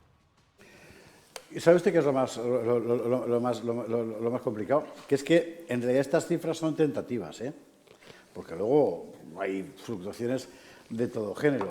Y lo que a mí me gustaría saber, porque supongo que es lo que le gustaría saber a cualquier ciudadano común, ¿esto exactamente quién lo paga? El ciudadano, por supuesto, sí, pero ¿cómo? Yo sí le puedo garantizar, don Javier, que el presupuesto de la Comunidad Autónoma de la Región de Murcia para el año 2024 incluye estima y gasta, porque gastar algunos sí que saben, 5.400 euros aproximadamente al mes por MENA en la región de Murcia. 5.400 euros. Y ese importe no lleva incorporado las modificaciones que le están haciendo en los centros, porque le están haciendo, independientemente de la licencia de obra, porque aquí en el Ayuntamiento de Murcia, concretamente, donde estamos, amplían los centros de MENA sin tener todos los permisos reglamentarios, pues le están poniendo piscina, le están poniendo una serie de servicios que esos no están en esos 5.400 que estamos contando. Claro, eso lo contrasta con la situación real de la comunidad autónoma o, por ejemplo, con la propia Consejería de Emergencias que dirige nuestro presidente Antelo, y entonces nos echamos las manos a la cabeza. Porque han comentado también, usted que es de Valencia, La Riada, y comentaban también la situación de emergencia. Le voy a contar una anécdota con el permiso de nuestro presidente Antelo y hoy, y mañana no, pero hoy, vicepresidente de la Comunidad Autónoma. El primer día que fue nombrado consejero, pues cayó una riada. Y entonces él no tenía equipo, no tenía, porque fue el primer día. Pues él quiso ir al centro de emergencia. Pues no podía porque estaba inundado. Resulta que el centro de emergencia de la región de Murcia era el primero que se inundaba. Y se volvió a inundar hace poco. Sí, Claro, una de las primeras cosas que nos impuso, que el presidente Antelo que nos dijo a nosotros, dice, bueno, esto tenemos que arreglarlo, y el presupuesto de emergencia este año ha tenido el mayor incremento de la historia en seguridad y emergencia precisamente para solventar todas estas cosas.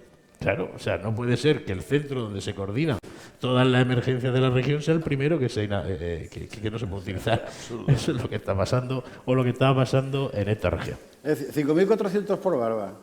¿En qué se gastan exactamente y cómo? Es decir, a mí me gusta vivir bien, pero confieso que gastarme 5.400 euros al mes yo solo en mí mismo, sí, que tendría que hacer un esfuerzo. Y sobre todo cuando... Es una broma un poco macabra, pero ¿cómo se calcula eso? ¿Al mes o al año? Al mes. Al mes. Claro, al mes por individuo. Sí. Es que es mucho dinero. Así es. Los cuidadores y todo eso también cobran. Es que, claro. Ahí es ahí donde yo quería ir. Es que el negocio es completo, acá y allá. Claro. No te adelantes, es que yo quería ver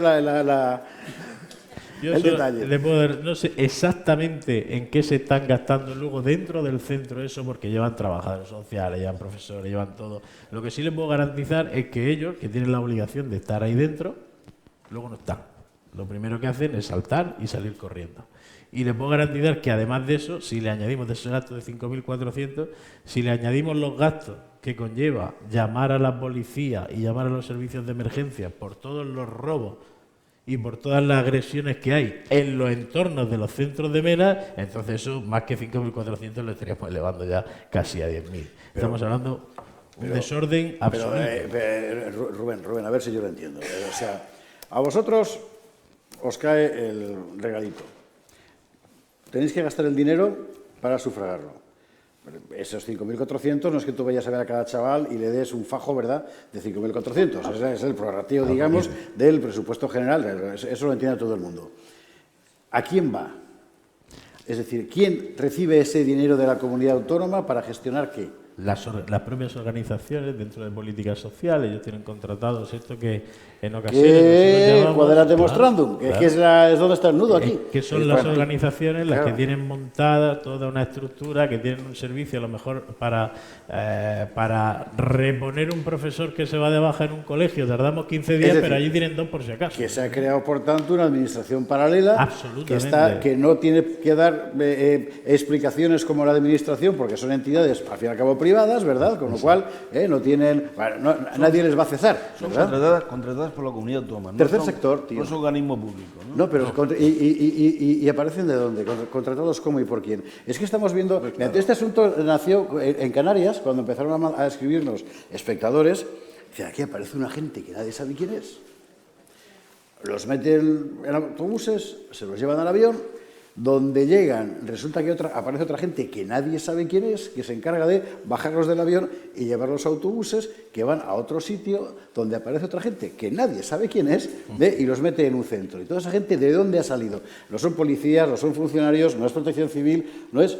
Es la red clientelar del Partido Socialista de toda la vida, y bueno, de quien sea. A la que también se apuntan, pues, por lo visto, otros. Yo creo que es suficiente casus belli para romperlo. No, bueno, ya que estamos con la llaga abierta. Lo que te quiero decir es que desde el punto de vista de la gestión es enormemente contraproducente, porque tú no eres capaz de controlar de manera, iba a decir eficiente, ni remotamente eficiente, que efectivamente ese dinero que desembolsas vaya a cumplir su función. Y luego, en términos jurídicos, la responsabilidad, que en caso de que pase, porque estamos hablando, nosotros si pensamos en los MENA y el discurso del Partido Socialista o el discurso del Partido Popular nos va a vender como un niñito con traje de comunión y una cosa así. Pero ahora mismo, si yo les digo a cualquiera de nuestros espectadores que a las 10 de la noche, cuando vuelve a su casa de tirar la basura, le aparece un MENA por detrás, ¿en qué piensa?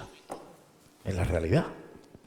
en la realidad, que es normalmente pues un chaval de entre 16 y 20 y algo años, porque hemos dicho que más del 60% es que no son ni tan siquiera menores de edad, y que se supone que está en un centro de mena recogido, o en uno de estos pisos de estas organizaciones, porque hay algunas, aquí en el Ayuntamiento de Murcia tenemos 54 pedanías alrededor de la capital. Bien, pues hay algunas de esas pedanías que están ya plagadas de pisos en los que se alojan este tipo de gente. Obviamente el precio de mercado de la vivienda se ha reducido considerablemente.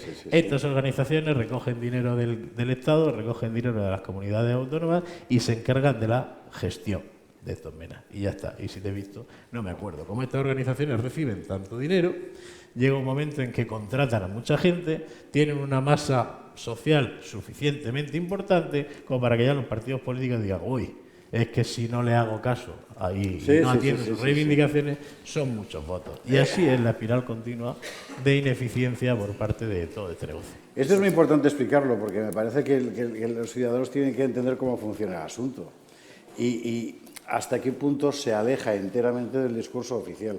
Y si usted recuerda, la operativa se parece, aunque sean casos enteramente distintos, a lo que estuvimos viendo con el asunto de los menores y las menores tuteladas por la Administración. Exacto.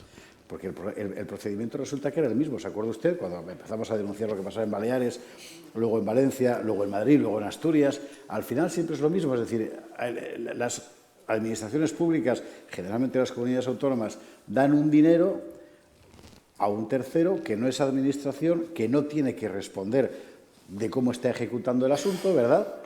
Y luego levantas la alfombra y vámonos, aquello es una cosa. Bueno, pues en la práctica está surgiendo una auténtica administración paralela, un paraestado, para encargarse de estas cuestiones que son absolutamente ideológicas en realidad. En fin, bueno, vamos a seguir con este asunto, vamos a irnos a la publicidad porque hay que hacer una pausa sí o sí.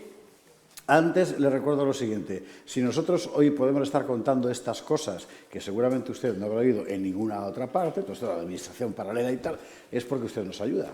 El Club de Amigos sirve para eso, para poder ser libres, para poder contar lo que otros no cuentan y para poder transmitir a nuestros espectadores lo que cabalmente pensamos que es la realidad y que efectivamente lo es y sobre todo que otros quieren ocultar. Solos no podemos hacerlo. Podríamos, pero no nos vería nadie. De lo que se trata es de que esto esté abierto, ¿verdad?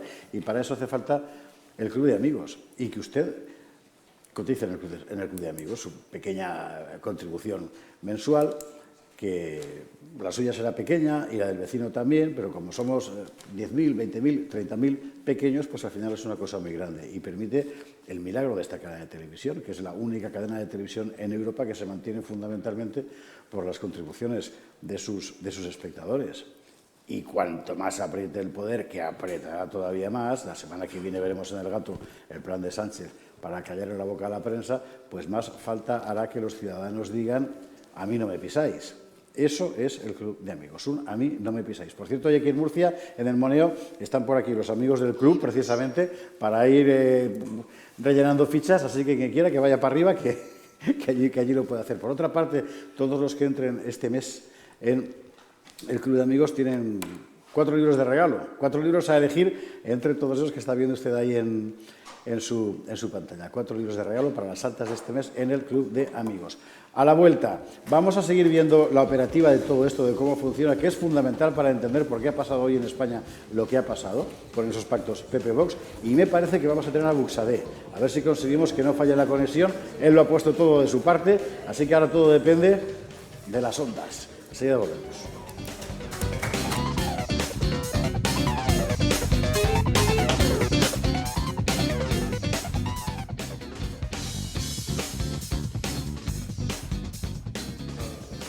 Estamos de vuelta en esta edición especial del Gato al Agua en Murcia, en el edificio Moneo, el edificio del Ayuntamiento, con un montón de amigos que han venido a vernos y que están... Muy buenas noches a todos, ¿qué tal?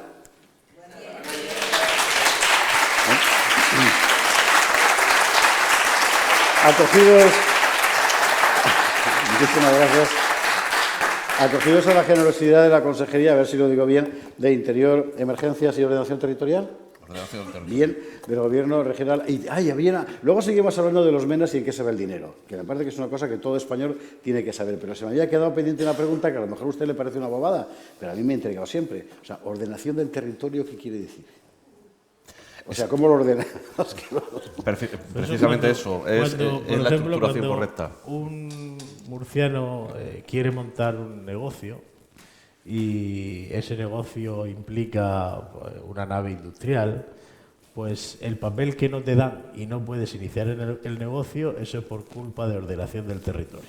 Eso es así. Pues me lo has arreglado bien. Es así, sí. Y uno de los grandes proyectos que tiene Vox en la región de Murcia es precisamente cambiar la ley del suelo de la región de Murcia, que ese era uno de los proyectos estrella y además, y sin gastarnos un duro, porque eso lo queríamos hacer directamente desde los servicios de la comunidad autónoma o bien desde el grupo parlamentario y también de forma combinada, cambiar la ley del suelo, porque no puede ser tener tanta tipología del suelo y tener tanta traba para poner en marcha un negocio, para poder construir, cuando finalmente lo que se está haciendo es, desde luego, lastrar el crecimiento de la región de Murcia y posibilitar que permanezca todavía la existencia de planes generales de ordenación urbana, como por ejemplo en Cartagena, que data de 1985. O sea, cuando estamos hablando de una sociedad que por momentos cambia, que mes a mes no se cambia todo completamente, estamos hablando de que la estructura de las ciudades, la estructura de los polígonos industriales en Cartagena, por ejemplo, de 1985, y eso con suerte tiene. Entonces necesitamos, desde luego, leyes facilitas, leyes flexibles y leyes que permitan que se vaya adaptando el crecimiento de las ciudades en función de las propias necesidades empresariales, de los habitantes, etcétera. Es muy importante la ordenación del territorio. Y si los políticos de antes, los del Partido Popular y el Partido Socialista, hubieran hecho adecuadamente los deberes, pues a lo mejor muchos de los problemas que tenemos en el Mar Menor no los tendríamos, porque hubieran establecido adecuados planes de saneamiento para que efectivamente los crecimientos, estos grandes resorts, los crecimientos del pelotazo urbanístico de aquella época, pues habría sido un poquito más ordenado y no tendríamos las conclusiones las situaciones que tenemos actualmente. Centrarnos en lo importante, que es lo que, por eso es por lo que Vox tiene que estar en los gobiernos, y en este caso pues, ha sido imposible por el incumplimiento de nuestros socios, pero nosotros teníamos claro que lo que necesitábamos en la región de Murcia era eliminar todo tipo de gasto superfluo y dedicarnos a lo importante. No puede ser que las policías locales de la región de Murcia no tengan ningún apoyo por parte del gobierno regional o ningún apoyo incrementado, mejor dicho, ¿no? Porque estaban estancadas las ayudas del gobierno regional a las policías locales desde hace muchísimos años. Pues nosotros lo primero que hacemos es intentar, oye, que aquí hay gente a la que no le puedes quitar las cosas de repente porque se asustan mucho. Entonces nosotros llegamos y queríamos quitarle las subvenciones a la patronal y a los sindicatos. Y entonces, claro, mucha gente se puso muy nerviosa. Bueno, pues entonces le quitamos el plan. Era quitarle un 25% el primer año, un 25% en el segundo y el tercero ya que estaban acostumbrados a que se le quitaran, ya quitarlo todo definitivamente, ¿no? ¿A qué pudimos destinar eso? Pues, por ejemplo, incrementar la ayuda a policías locales y la ayuda al plan COPLA y a otros planes de emergencia un 129% en la Consejería de Emergencia. O sea, en definitiva, para que podamos consolidar el estado del bienestar, y eso lo digo yo porque así lo creo, pues tenemos que consolidar la libertad, pero sin seguridad no puede haber libertad. Eso está claro. Hay que apostar por la libertad. Acabas de abrir otro melón que estoy seguro de que le ha suscitado al espectador la misma pregunta que a mí, porque efectivamente normalmente no reparamos cuando vemos un policía municipal en quién lo paga o cómo se organiza eso. Y por qué el gobierno autonómico, en su caso, o es en todos los casos, o en unos sí o en otros no tiene nada que ver con la gestión de esas policías municipales, con qué criterios organizan su trabajo, porque al final, evidentemente, nuestros municipios no son los de la Santa Hermandad, ¿verdad? No se mueve de un sitio a otro enseguida. Pero eso va a ser después, porque Jorge Buxade acaba de aparecer. Jorge Buxade, muy buenas noches. Muy buenas noches, José Javier. Bueno, ¿qué ha pasado?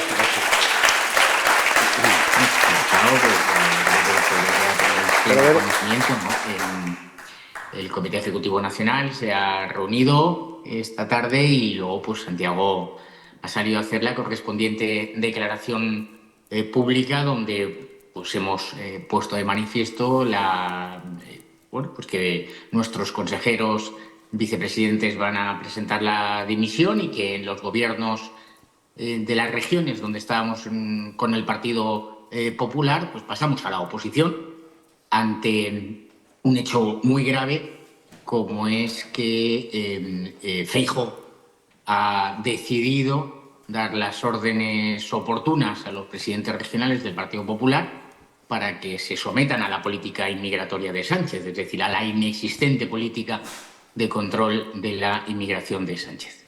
Hay dos preguntas que se está haciendo todo el mundo. Una es, ¿esto significa que allá donde el PP esté en esta situación, Vox dejará caer gobiernos de derecha para que gobierne la izquierda? No, pues no sé cómo se llega a esa conclusión. Simplemente nosotros salimos del gobierno y, por tanto, el Partido Popular, que seguirá en el gobierno en la condición de minoría parlamentaria en todos y cada uno de los lugares. Y punto, no hay más, no hay más. Es decir, teníamos unos gobiernos con unos pactos, con unos acuerdos, lo hemos venido explicando a lo largo de este año, que los veíamos con una cierta satisfacción porque se han ido consiguiendo muchísimas cosas buenas para los vecinos de esas regiones, desde la derogación de la Ley de Memoria Democrática en Aragón, la Ley de Libertad Lingüística en Valencia, todo lo que se ha conseguido en el sector agrario, en el campo, en Castilla y León, y así podríamos continuar, pero repito que esta semana, estas últimas semanas, como consecuencia de esa presión ejercida por Sánchez y Bruselas con Feijóo, pues Feijóo ha trasladado esa presión y los gobiernos regionales del Partido Popular y Partido Vox, que íbamos caminando juntos en una misma dirección, que era el cumplimiento de esos acuerdos, pues los gobiernos del Partido Popular han decidido desmarcarse y someterse a la política inmigratoria de Sánchez. Y, por tanto, nosotros, por supuesto, pues nos debemos a nuestras convicciones profundas. No queremos ser cómplices de los problemas derivados de esa inmigración ilegal, del efecto llamada, de la inseguridad creciente en las calles, de todo lo que conocen todos y cada uno de los espectadores de este programa y los españoles que viven la realidad en la calle.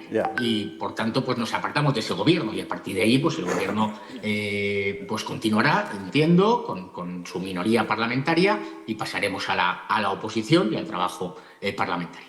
Visto desde la perspectiva del ciudadano de a pie, lo que se ha percibido fundamentalmente es, ante una situación como esta sobrevenida, no la evaluaremos, ya lo hemos hablado aquí largo y tendido, ¿verdad? Vox lanza un órdago al PP y el PP, a su vez, dice ¿a que no te atreves? Es la impresión que da. Sobre esta impresión, y por ir aclarando extremos, el Partido Popular, cuando Vox dijo que estaba dispuesto a salir de los gobiernos si se aprobaban estas medidas, ¿el Partido Popular hizo algún movimiento de acercamiento, ya sea como partido, o sea, Génova, Feijóo, ya sea en los diferentes gobiernos regionales? Pues yo creo que lo hemos dicho a través de las cuentas de redes sociales a lo largo del día de ayer y de esta mañana, y es que ha sido una llamada personal de Feijóo el que ha cambiado la posición, ha cambiado el planteamiento de los presidentes regionales que estaban hablando con nuestros vicepresidentes en las diversas regiones para oponerse y plantear esa oposición a la política inmigratoria de Sánchez. Y es Feijóo el que ha llamado uno por uno y ha exigido el sometimiento de las regiones gobernadas por Partido Popular y Vox a lo que ha decidido el señor Feijóo, que el señor Feijóo es correa de transmisión de lo que hace el Partido Popular Europeo, de la von der Leyen, de ese pacto a favor de la inmigración. Al final, por desgracia, el Partido Popular aquí en España ha decidido pues seguir la línea de ese pacto a favor de la inmigración masiva y descontrolada de von der Leyen, al cual nosotros votamos en contra y que fue uno de los temas que quisimos que fuese tema de campaña de las elecciones europeas. También tengo que preguntar, inevitablemente, lo que también mucha gente le estará preguntando. ¿Hay alguien que haya llamado, no sé si a Jorge Buxadé, pero en fin, a Bambú o donde fuere, decir, oye, que yo no quiero irme, que yo no quiero dimitir? No, yo creo que La reunión del Comité Ejecutivo Nacional es una reunión extraordinaria en el doble sentido, es una convocatoria no ordinaria y extraordinaria por la calidad de los debates, la calidad de las opiniones vertidas por los 20 miembros del Comité Ejecutivo Nacional, que todos hemos hablado con total libertad, con una posición clara, común y, por supuesto, yo no me veo más que obligado a agradecer extraordinariamente, personalmente, como he hecho con todos y cada uno de los vicepresidentes, y en la medida de lo posible lo haré con los consejeros de Vox, que han hecho un trabajo extraordinario y que, repito, porque es así, porque es un hecho indiscutible. El señor Feijóo ha dado el traste con unos gobiernos de coalición que estaban haciendo cosas muy buenas, y tendrá que ser el señor Feijóo el que explique por qué motivo ha preferido pactar con Sánchez su política inmigratoria y no seguir en el cumplimiento de los acuerdos con Vox en las regiones. Bueno, hay que decir que hasta la fecha los casos de gente que dejaba el cargo por sus convicciones en la política española eran contadísimos. Yo, de hecho, recuerdo 3, no recuerdo nada más. Ahora ya faltan dedos en las manos y en los pies para contarlos después de esta decisión de Vox. Bueno, voy a hacer otra pregunta con mala leche, que acabo periodista. ¿Qué se le va a hacer? ¿No será que alguien está maliciándose elecciones próximamente? Pues no tengo ni idea, pero ya le digo, pues Javier, que esto no ha formado parte del debate en el Comité Ejecutivo Nacional. El debate, repito, que ha sido extraordinario por la calidad, por el contenido, por los planteamientos, por los motivos que se han expuesto para que todos tuviésemos esa puesta en común de una realidad muy complicada. La inmigración masiva, la inmigración descontrolada, la política de fronteras desprotegidas, desarrollada por Sánchez en ejecución, digamos, en esa proyección geométrica de la defectuosa política inmigratoria que ya se arrastraba con los gobiernos anteriores, está abocando a España a una situación complejísima. Llevamos meses, años, diciendo que vemos lo que sucede en Francia, en Holanda, en Suecia, en Alemania, todos los días.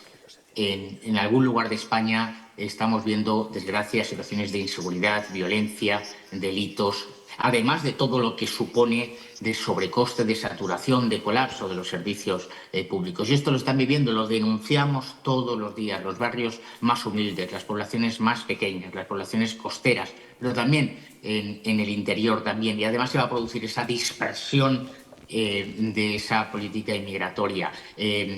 No se trata de números, se trata de una comprensión de la realidad, de una comprensión de las preocupaciones de los españoles, de la verdadera dificultad que están viviendo y de afrontar como gobierno. El gobierno tiene la responsabilidad de tomar decisiones en favor de los españoles y no en favor de intereses foráneos, en este caso de Bruselas o de las mafias, o, por supuesto, en intereses espurios, económicos, de todo ese ecosistema de organizaciones, de entidades y de chiringuitos que viven, por desgracia, del favorecimiento de la inmigración ilegal.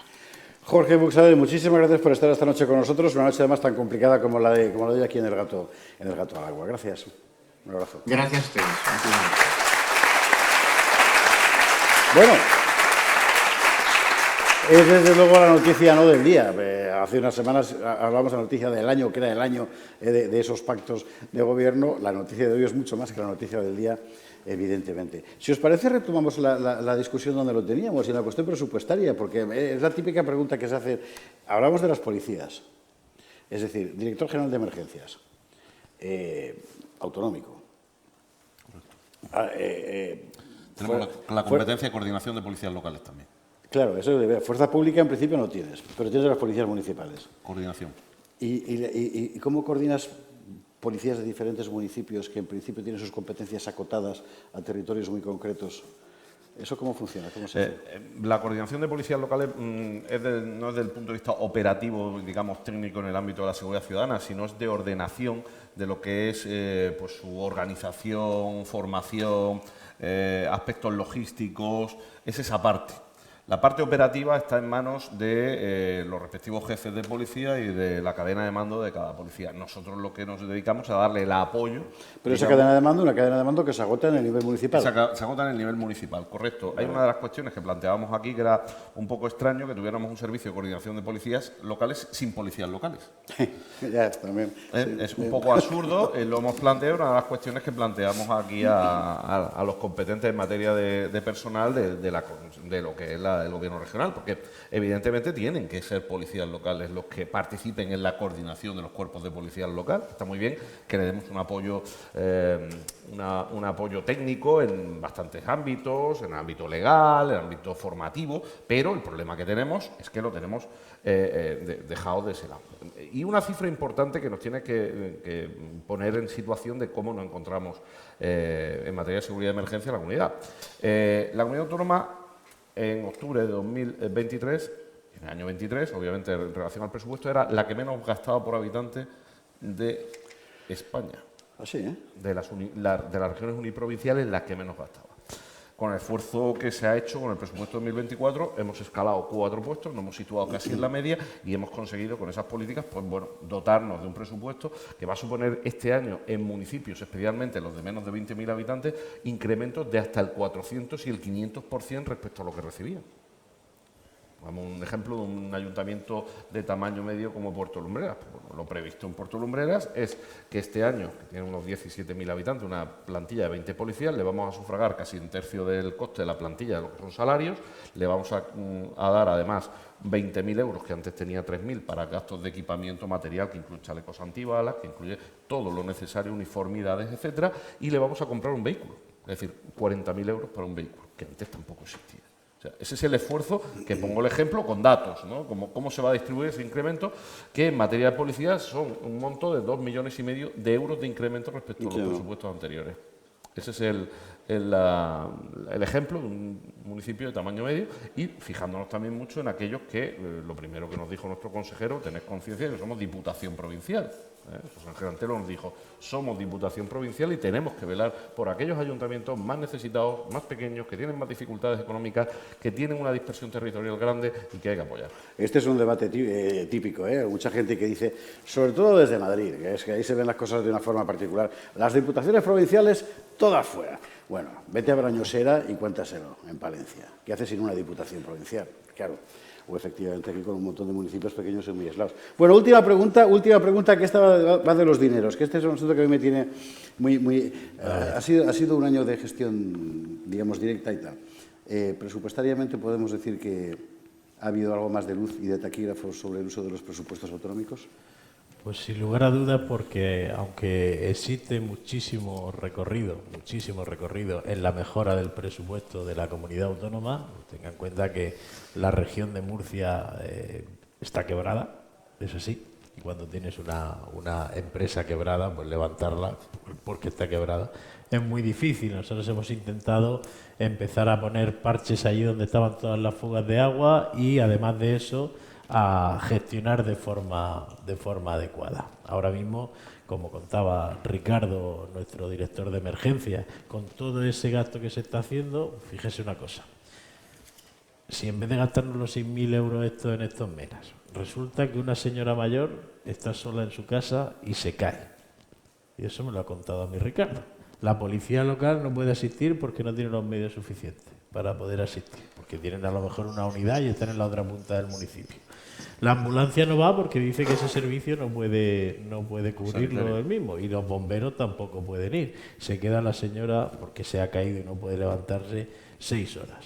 Si en vez de darle el dinero a todos los chiringuitos estos que estamos dándole, ¿por qué? Porque mira que hay chiringuitos. Si en vez de darle el dinero a todo esto, montamos el Servicio Integral de Rescate y Emergencia, el SIRE, que tenía previsto Antelo, que está previsto en los presupuestos, SIRE, pues con eso vamos a poder ayudar a toda esa gente. Eso es eficiencia en la gestión, pero existe muchísimo recorrido, muchísimo, porque aquí las bajadas de impuestos que se venían anunciando históricamente eran meramente simbólicas. Cuando nosotros llegamos a la Asamblea Regional y planteamos una bajada de impuestos real que afectaba a los bolsillos de la gente, el Partido Popular se negó. No sé si hay algún otro partido popular que se haya negado a bajar impuestos, pero aquí en la región de Murcia se negó a bajar esos impuestos. Y estamos intentando, o hemos intentado, en la medida de lo posible, reducir todo ese gasto superfluo, sindicatos, asociaciones, etcétera, y optimizar la gestión. Y un último ejemplo me lo va a permitir. En la otra consejería, en la de Pancorbo, después de 2 años, de aproximadamente 10 meses, el anterior consejero del ramo había destinado 200.000 euros a ayudas al alquiler. En 2 meses, el consejero de Vox, 8 millones de euros, con los mismos funcionarios. Ya. Eso es Vox. Eso es una ayuda al alquiler. Sí, Eso sí que es una ayuda al alquiler. Así. Señores, gracias mil. Vámonos a la publicidad. Vamos a dedicar a la recta final del programa. Hay que hablar del Begoñazo, claro. No se habla de otra cosa. Se complica la perspectiva judicial para el entorno de Pedro Sánchez, así que tenemos que despedir muy calurosamente a los que nos han acompañado hoy. Ricardo Villalba, director general de Emergencias, muchísimas gracias por todo lo que nos has contado y por la cantidad de cosas que hemos aprendido. Y Rubén Martínez Arpañez, presidente del Grupo Parlamentario de Vox, un placer. Un placer. Gracias mil a los dos, sobre todo por la cantidad de cosas que hemos aprendido de en qué consiste la política de verdad.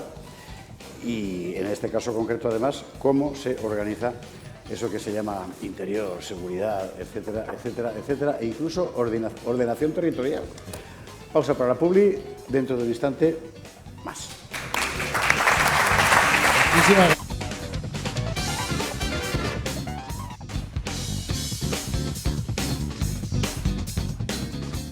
Recta final del Gato al Agua en esta edición especial que estamos haciendo desde el edificio Moneo del Ayuntamiento de Murcia, acogidos a la generosidad de la Consejería de Interior, Emergencias y Ordenación Territorial del Gobierno Regional de Murcia. Hemos hablado abundantemente de cómo funcionan las cosas que normalmente damos por normales, pero que no lo son, que hay que trabajar una barbaridad.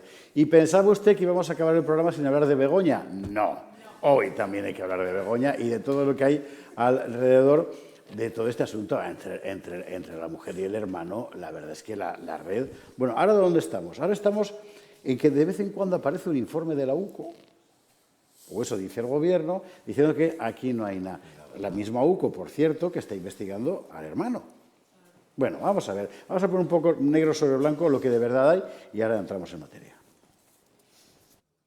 Tanto el diario El País, lejos de toda sospecha de ser cercano al PSOE, como la agencia EFE, cuyo presidente ha sido secretario de Estado de Comunicación durante el mandato de Sánchez, se han hecho eco de los informes de la UCO que deducen que sobre lo de Begoña Gómez no hay ningún caso. Ambos medios han hecho público el documento de 101 páginas de los agentes de la Benemérita que deducen que los contratos de Carlos Barrabés se tramitaron con toda normalidad. En el mismo informe concluyen que la tramitación de los 6 contratos adjudicados a las empresas del Curú del Máster de Begoña Gómez y Novanex se hicieron con normalidad y bajo los principios que rigen la contratación pública. La Fiscalía ya lo ha remitido al juez que instruye el caso, Juan Carlos Peinado, y con la que quieren señalar la que acusan de deriva procesal que ha tomado el magistrado con la causa. Lo cierto es que ambos medios, El País y la agencia EFE, fueron los mismos que hace un mes se hicieron eco de un informe filtrado de la unidad de la Guardia Civil que apartaba a Begoña Gómez de la causa, y un elemento que tanto desde la Moncloa como desde el Partido Socialista no han tardado en utilizar.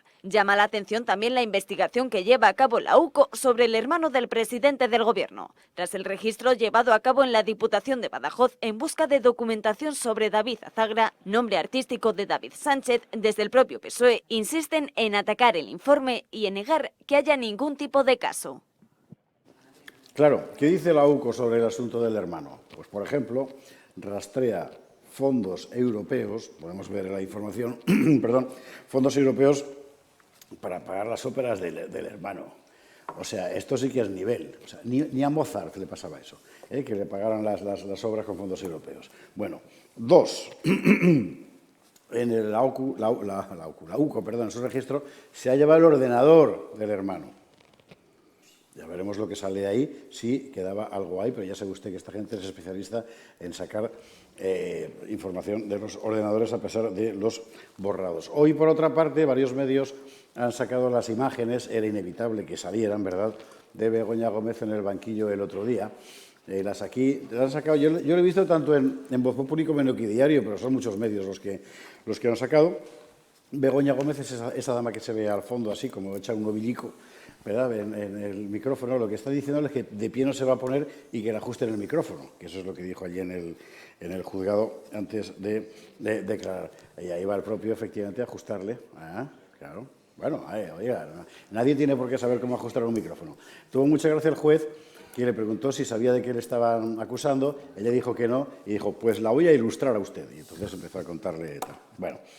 No sabemos si la ilustró, pero en fin. También han salido imágenes de ella fuera, en el exterior de los juzgados de Plaza de Castilla. Y bueno, y ahí estamos. Ahí está el momento de la salida. Bueno, mire, esto, la verdad es que, vamos a ver, sacamos la imagen porque es noticia y hay que sacarlo, pero esto es una vergüenza. Esto es una vergüenza. Es decir, que la juez decano de los juzgados de Madrid admita trato de privilegio para una señora por ser la señora del presidente, un trato de privilegio que no se dispensa a nadie nunca, ni a la hija del rey. ¿Qué quiere usted que me diga? Bueno, ¿cómo lo veis? Bueno, yo quiero aclarar que la UCO no es un órgano judicial. Es decir, no, efectivamente. La UCO es la Unidad Central Operativa de la Guardia Civil, que tiene por misión investigar algunos delitos, especialmente los de carácter económico, por su especialidad en la gente que lo forma, etcétera, ¿no? Pero vamos, no es más que eso. Al fin y al cabo no es ni siquiera a estos efectos un perito, es decir, es en definitiva una unidad de investigación y nada más, ¿no? Que utilice o no lo utilice cuando quiera el Ministerio del Interior como le conviene, pues probablemente. Aquí lo que parece, la verdad es que la primera vez que apareció, ¿os acordáis? El informe de la UCO, que había grandes esperanzas. Yo, en aquel programa que tuvimos, ¿te acuerdas que se apareció el mismo día? Y dije, yo pocas esperanzas tengo en ese informe de inculpación en absoluto de nadie del gobierno, ni la mujer del presidente del gobierno, mucho menos. Y bueno, pues sencillamente no veo que sea nada relevante lo que ha dicho, ni tenga nada que ver sobre el fondo de la cuestión, ¿no? Yo creo que la verdad es que es un tema difícil, no es un tema fácil, hay que ser, en mi opinión, yo siempre he visto igual, es decir, el tema no es nada fácil, no es fácil la demostración de ese tráfico de influencias indirecto que hay aquí, etcétera, aunque sea muy evidente que esa señora, obviamente, si consigue las cosas es porque la mujer del presidente del gobierno, ¿no? Pero, en fin, esto es una cuestión que, al fin y al cabo, debe instruirse bien, pero luego, al final, pues pasará un juicio, etcétera. No sabemos siquiera si llegará a juicio, porque la instrucción debe, de alguna manera, establecer una suficiencia de pruebas en relación con los hechos que constituyen delito o no constituyen delito. Sí, pero... Insisto, no es un tema fácil. Ahora, no solamente es el tema de Barrabés, también el tema, hay varios temas más, ¿no? Sí. Por ejemplo, en el tema de la cátedra en relación con la Universidad Complutense, es evidente que la cátedra está bien constituida, todo lo que usted quiera, pero luego ya la utilización de eso a efectos personales es otra cosa. Totalmente diferente. Hay que distinguir dos planos porque si no la discusión se pierde. Hay que distinguir el plano jurídico del plano político y el plano moral. Sí, en el plano político y en el plano moral, pues es evidente que esta señora está donde está por ser la mujer del presidente del gobierno, eso está clarísimo. Y que se le haga una cátedra ex profeso por ser quien es. Y además la ha pedido ella, por lo visto, según las últimas informaciones que han salido. Bueno, no es que la pidiera ella, es que acudieron a concedérsela, que es una cosa alucinante. Sin ningún mérito académico y sin nada. Entonces, aunque judicialmente no se pudiese demostrar que efectivamente ha habido tráfico de influencias y estos delitos que se le imputan, desde el punto de vista político, pues una mínima decencia exige la inmediata dimisión del presidente del gobierno, porque es evidente, y eso no hace falta tampoco mucho ruido judicial, es evidente que esta señora, su capacitación profesional es ser la mujer de, y punto, no hay más, como el hermano, no hay más. Efectivamente, eso está claro. Hay una responsabilidad política, pero no ya de ella, porque ya no es política, sino del presidente del gobierno. El presidente del gobierno, claro. Claro, lógicamente. Y en cuanto a la responsabilidad moral o no, nadie se la va a exigir, pero en última instancia, insisto en que el tema judicial no es tan sencillo, no es que el juez tiene una labor sencillo. Bueno, pues ¿quieres decir que salvo que conste alguna violencia sobre, no me refiero a violencia física, porque nunca se sabe, pero bueno, sobre la persona que ha otorgado un contrato y se han cumplido todos los procedimientos de forma regular, no puedes decir que haya habido un delito ni siquiera que haya una carta de recomendación de Begoña? Sí, bueno, y además aquí hay una cuestión desde el principio que es que hemos puesto todo sobre el tema de las dos cartas y los dos adjudicaciones. No solo eso. Pero claro, pero también es verdad que no hay ocultación, todo es público, lo hace con claridad. Las cartas están ahí, etcétera. Es decir, que no... Es un tema distinto. ¿Te das cuenta la enormidad que es esto, no, Jesús Trillo? O sea, si tú... Perdón, es la hora no, que pero si tú orinas en el parque a la vista de todo el mundo, no pasa nada. No, lo que te quiero decir... Y si no eres camuflado, ya tienes una multa del ayuntamiento. Entiéndeme. Desde un punto de vista criminal, es evidente que no es lo mismo el establecer una recomendación, etcétera, ocultamente, de manera por atrás, en secreto y tal igual. Pero yo es que flipo con Jesús y eso que es de Cartagena. Pero vamos a ver, pero si lo que todo el mundo hace normalmente precisamente son recomendaciones ocultas, dice que eso es lo normal. No, hombre, y se hace para no hacer las expresas. Vamos a ver, yo lo que quiero decir es que son papeles que costan un expediente. Ya, pero hay otra derivada, que si son públicas es porque probablemente se sienten impunes. Estoy convencido, y porque saben perfectamente que no va a pasar absolutamente nada por el nivel de degeneración moral que hemos llegado con este gobierno. Sí, pero Joaquín, es la impunidad total, y esto lo estamos viendo en esta deriva totalitaria de este gobierno. Que tenéis el 17, ¿no? En el aniversario de las Navas, es el 16 de Bailén. Vamos a tener comparecencia y será larga porque creo que empieza a las 11 el pleno y como normalmente aprovecha para salir en el telediario, mínimo 4 horas lo vamos a tener ahí pegando la y ahí es donde nos va a explicar cómo nos va a regenerar. Sí, nos va a regenerar, sí. De todas formas, creo que nos va a montar una sauna a cada uno. Aquí de los temas que han salido... El efecto regenerador de la sauna es un clásico. Aquí de los temas que han salido, lo más gordo es sin duda alguna del que nunca se habla, que es de Globalia, ¿no? Es lo que te iba a decir, porque ya todo esto, cuando he contado lo de la carta de recomendación, iba a empezar a hacer la enumeración. Porque claro, aquí digamos que el gran mogollón... El tema de Globalia son muchos millones, y ahí estamos hablando de la influencia para nada más y nada menos que obtener unos créditos que se salen de la órbita, ¿no? Claro, y ahí la cuestión es que es un lío. Yo prometo que vamos a hacer la semana que viene un mapa, porque ya creo que nos perdemos todos ya con este asunto. Pero tú tienes el mogollón, Aldama, ¿no? Aldama, Contacto, Globalia, Aeroeuropa, Guacalúa, Barrabés. El propio Aldama también es el Mundo Coldo y el Mundo Ábalos. Ahora Ábalos es una señora que se llama Andrea y otra que se llama Jessica, que prefiero no saber quiénes eran, pero bueno, ahí estaban también dentro del salido en el mogollón. Esto es el mismo jaleo de las mascarillas de Armengol y las de Illa, que al parecer no se puede decir nada, está prohibido, no se puede decir nada de todo esto, y todo es la misma constelación. Así todo eso... Bueno, y luego el hermano, no cuento nada del hermano. El hermano. Sí, pero que estamos en manos de un autócrata, esto está clarísimo. Y la oposición del Partido Popular, bueno, pues saca el tema de vez en cuando, pero lo saca con sordina. La oposición del Partido Popular, por cierto, ya... Y además pasa otra cosa, y es que cuando sacan el tema, se viene la falacia tú coque y tú más. Porque cuando el PP dice Begoña tal, pues los otros dicen la Gürtel. Sí, bueno, y así estamos. Yo creo que llevan razón los dos en lo que acusan. Atentos a lo del PP la semana que viene. No es que vaya a hacer nada malo, creo, aún. El que lo va a hacer es Pedro Sánchez, que es ese plan de regeneración democrática. Atentos a lo que está pasando ahora mismo en Francia, donde después de estas elecciones toda la progredumbre mediática está con que hay que cerrar una cadena de televisión. Si usted es francófono, le aconsejo que la vea, que es C-News, que es una cadena de televisión abiertamente muy de derechas. Bueno, normal, hacen televisión, pero quieren cerrarla. Pero quieren cerrarla hasta el punto de que han llevado al presidente del grupo al Senado a que dé explicaciones de por qué no tiene suficiente porcentaje de periodistas de izquierdas dentro de la cadena. Dice, pero bueno, claro, ¿qué pasa? Ocurre que en Francia la concesión del espacio de emisión es expresamente una concesión pública. En realidad no solo de la tele, porque, por ejemplo, la prensa escrita vive muy fundamentalmente de las subvenciones al papel que da el gobierno, pero subvenciones millonarias.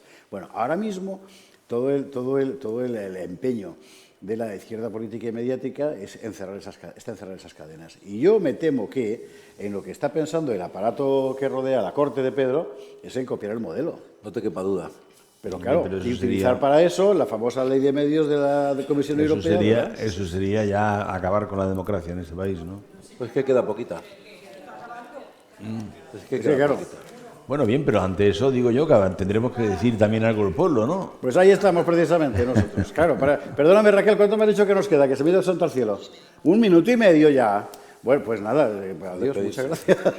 En fin, bueno, muchísimas gracias a todos por acompañarnos esta noche aquí. Ya sabéis que gracias a vosotros existimos. A vosotros y a todos los que en vuestras casas nos estáis apoyando con el Club de Amigos, que es lo que nos da la vida.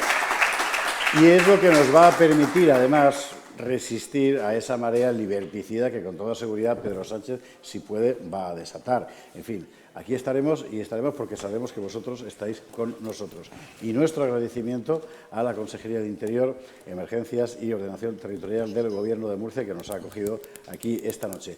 Nos despedimos con la declaración de la noche. El Santiago Abascal, se acabaron los pactos. ¿Lo podemos colocar? Lo vemos y con él nos despedimos. Adiós.